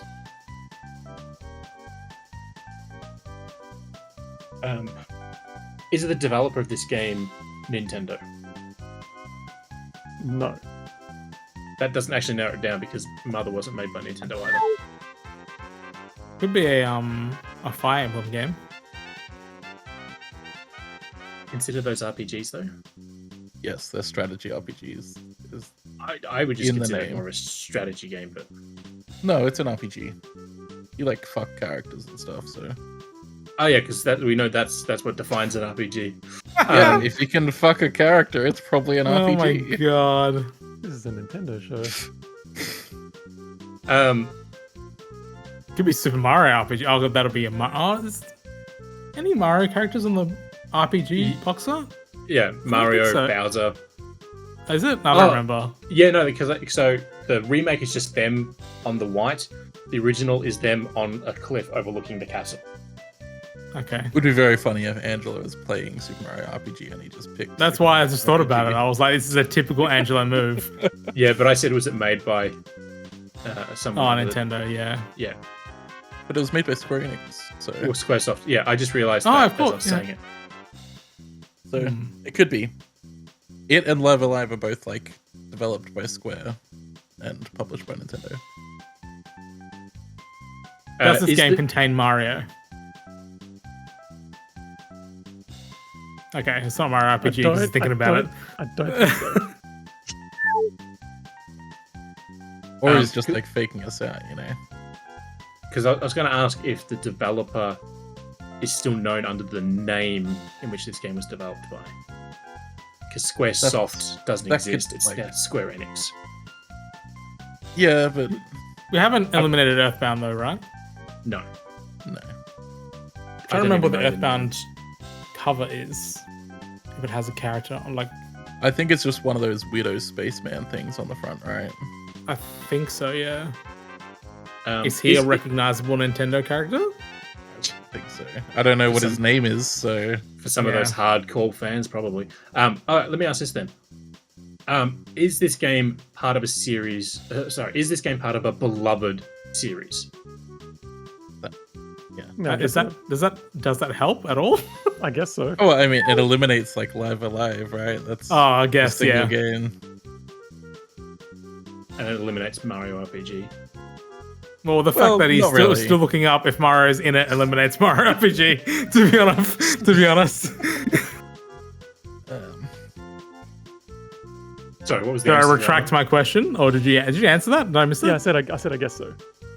Oh, you guessed so. He's in it. No. No, Wait, no. Which question are we asking about? one? No, Oh, my the question Mario was- one. It's Mario in the game. Oh, I said I'm not sure. Oh, you're not sure. Sorry. Okay, cool. And then and for then for mine, the- he said, Yeah, for the beloved franchise, I said I guess so. I mean, I'm thinking Earthbound is most likely. yeah. Yeah, I guess. Trying to think of other Earthbound related questions. Did this game get a release on the Wii U Virtual Console? On the Wii or Wii U? Wii U. Sorry, the Wii Virtual Console. My apologies. Yes. Okay, that's still like 70 games, so.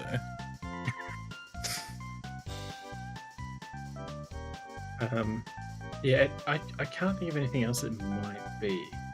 Have we mentioned the name of this game? Yes. That's 15. Is there a character in the game named Ness? Yes. Okay. See, that was like kind of a fucky question because, like, you name the character. Technically, it's not named anything, you know? I guess. But I mean, like, let's be real, it's Earthbound. Canonically, it's Ness. All right. I guess it has to be Earthbound. It's always like whenever I get to this point, I'm always like, it's got to be this singular one game, unless someone has like a 9,000 fucking IQ play. Where, I just love how much you over exaggerate some things. It always catches me every time. It always gets me. Oh, that's great. All right. I think that's 16, 17 questions. do anyone want to do any further clarifying, or we're just gonna YOLO? I'll just go for it. Yeah. Is this Earthbound? Okay, so developed by Ape Inc., now known as Creatures Inc., which I didn't realize still exists and is one of the companies affiliated with Game Freak and is one of the owners of Pokemon. Yeah, they make most of the 3D models and shit. And co-developed by HAL Laboratory, published by Nintendo, came out on the SNES, got a re-release on the Game Boy Advance, and I tried to throw you a little bit, but yes, it is from the beloved series Mother. It is Earthbound. Sick. Nice. Good one. I'm amazed we haven't had that come up yet.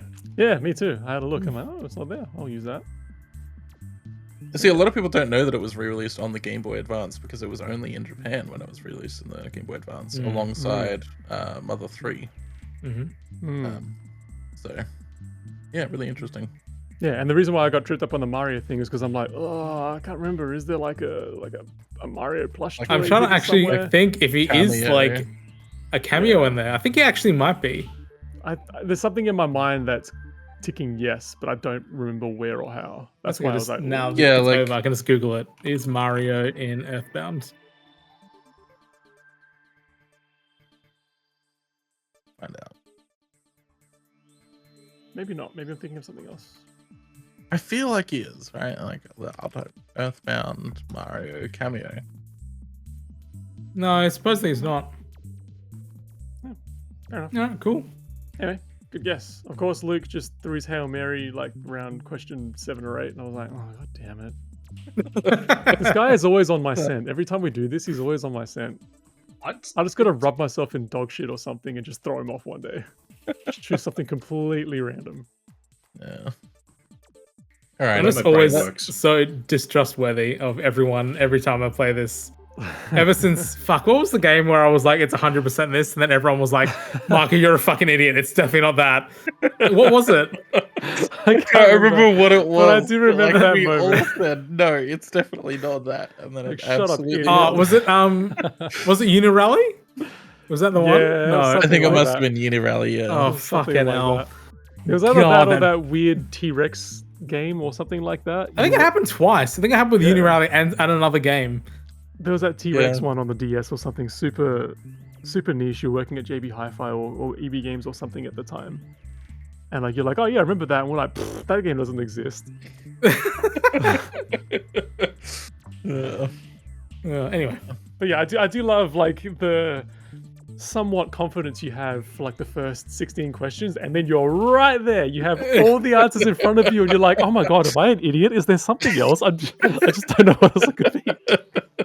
Just that, you just come up to this your own wall of doubt that you put up. I do this like I've started doing quiz nights like, over the past few months with some work I friends. love quiz nights. And I do this exact same thing at quiz nights where I'm like, oh, I'm pretty sure it's this, but like, what if they're trying to like 500 IQ me like in the quiz? And then I realized like quiz nights are made for like the lowest possible denominator of human being. So like I'm thinking way too hard into it.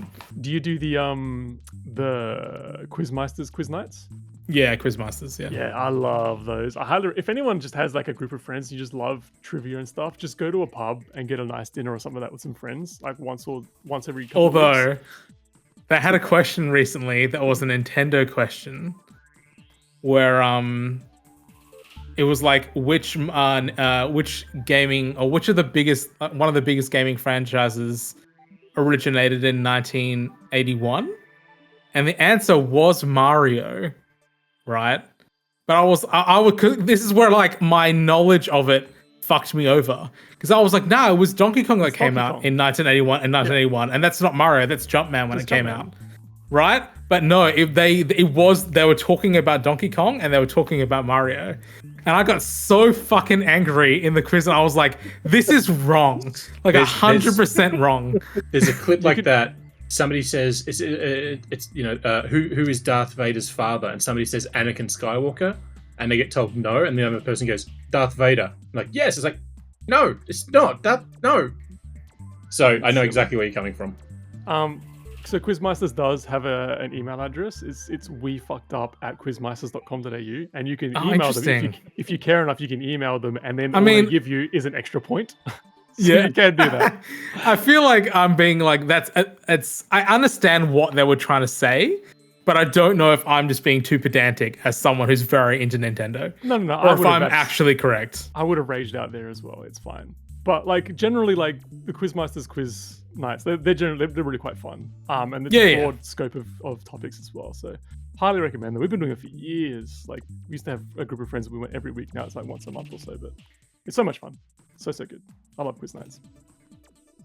Anyway.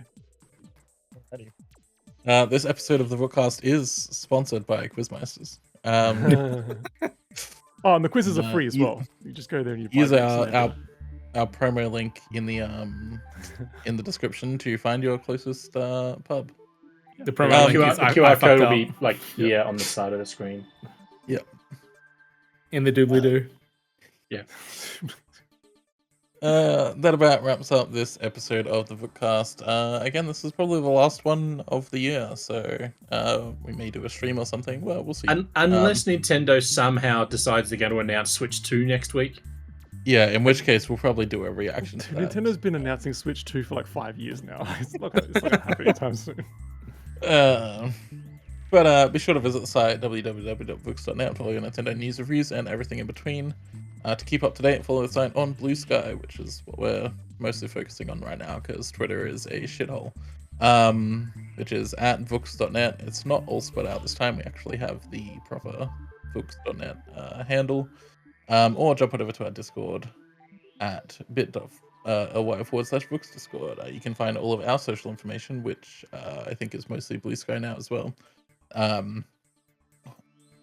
And links for all the stories covered in this episode in the episode notes on whatever platform you're listening to. Thanks for tuning in, and thank you for the support this year. We have had record high listenership on the podcast this year, so I'm very, very pleased that you guys have stuck around despite the fact that our recording and release schedule is completely irregular. Hey, we followed the same release schedule as Nintendo does for their Switch 2 announcements. Exactly. We're just following their example. Anyway, thank you so much for supporting the show this year, because it does mean a lot to us that people are actually listening and commenting and enjoying it. So yeah. And we will see you in the next show, which could be next week if Nintendo does something stupid, or early next year.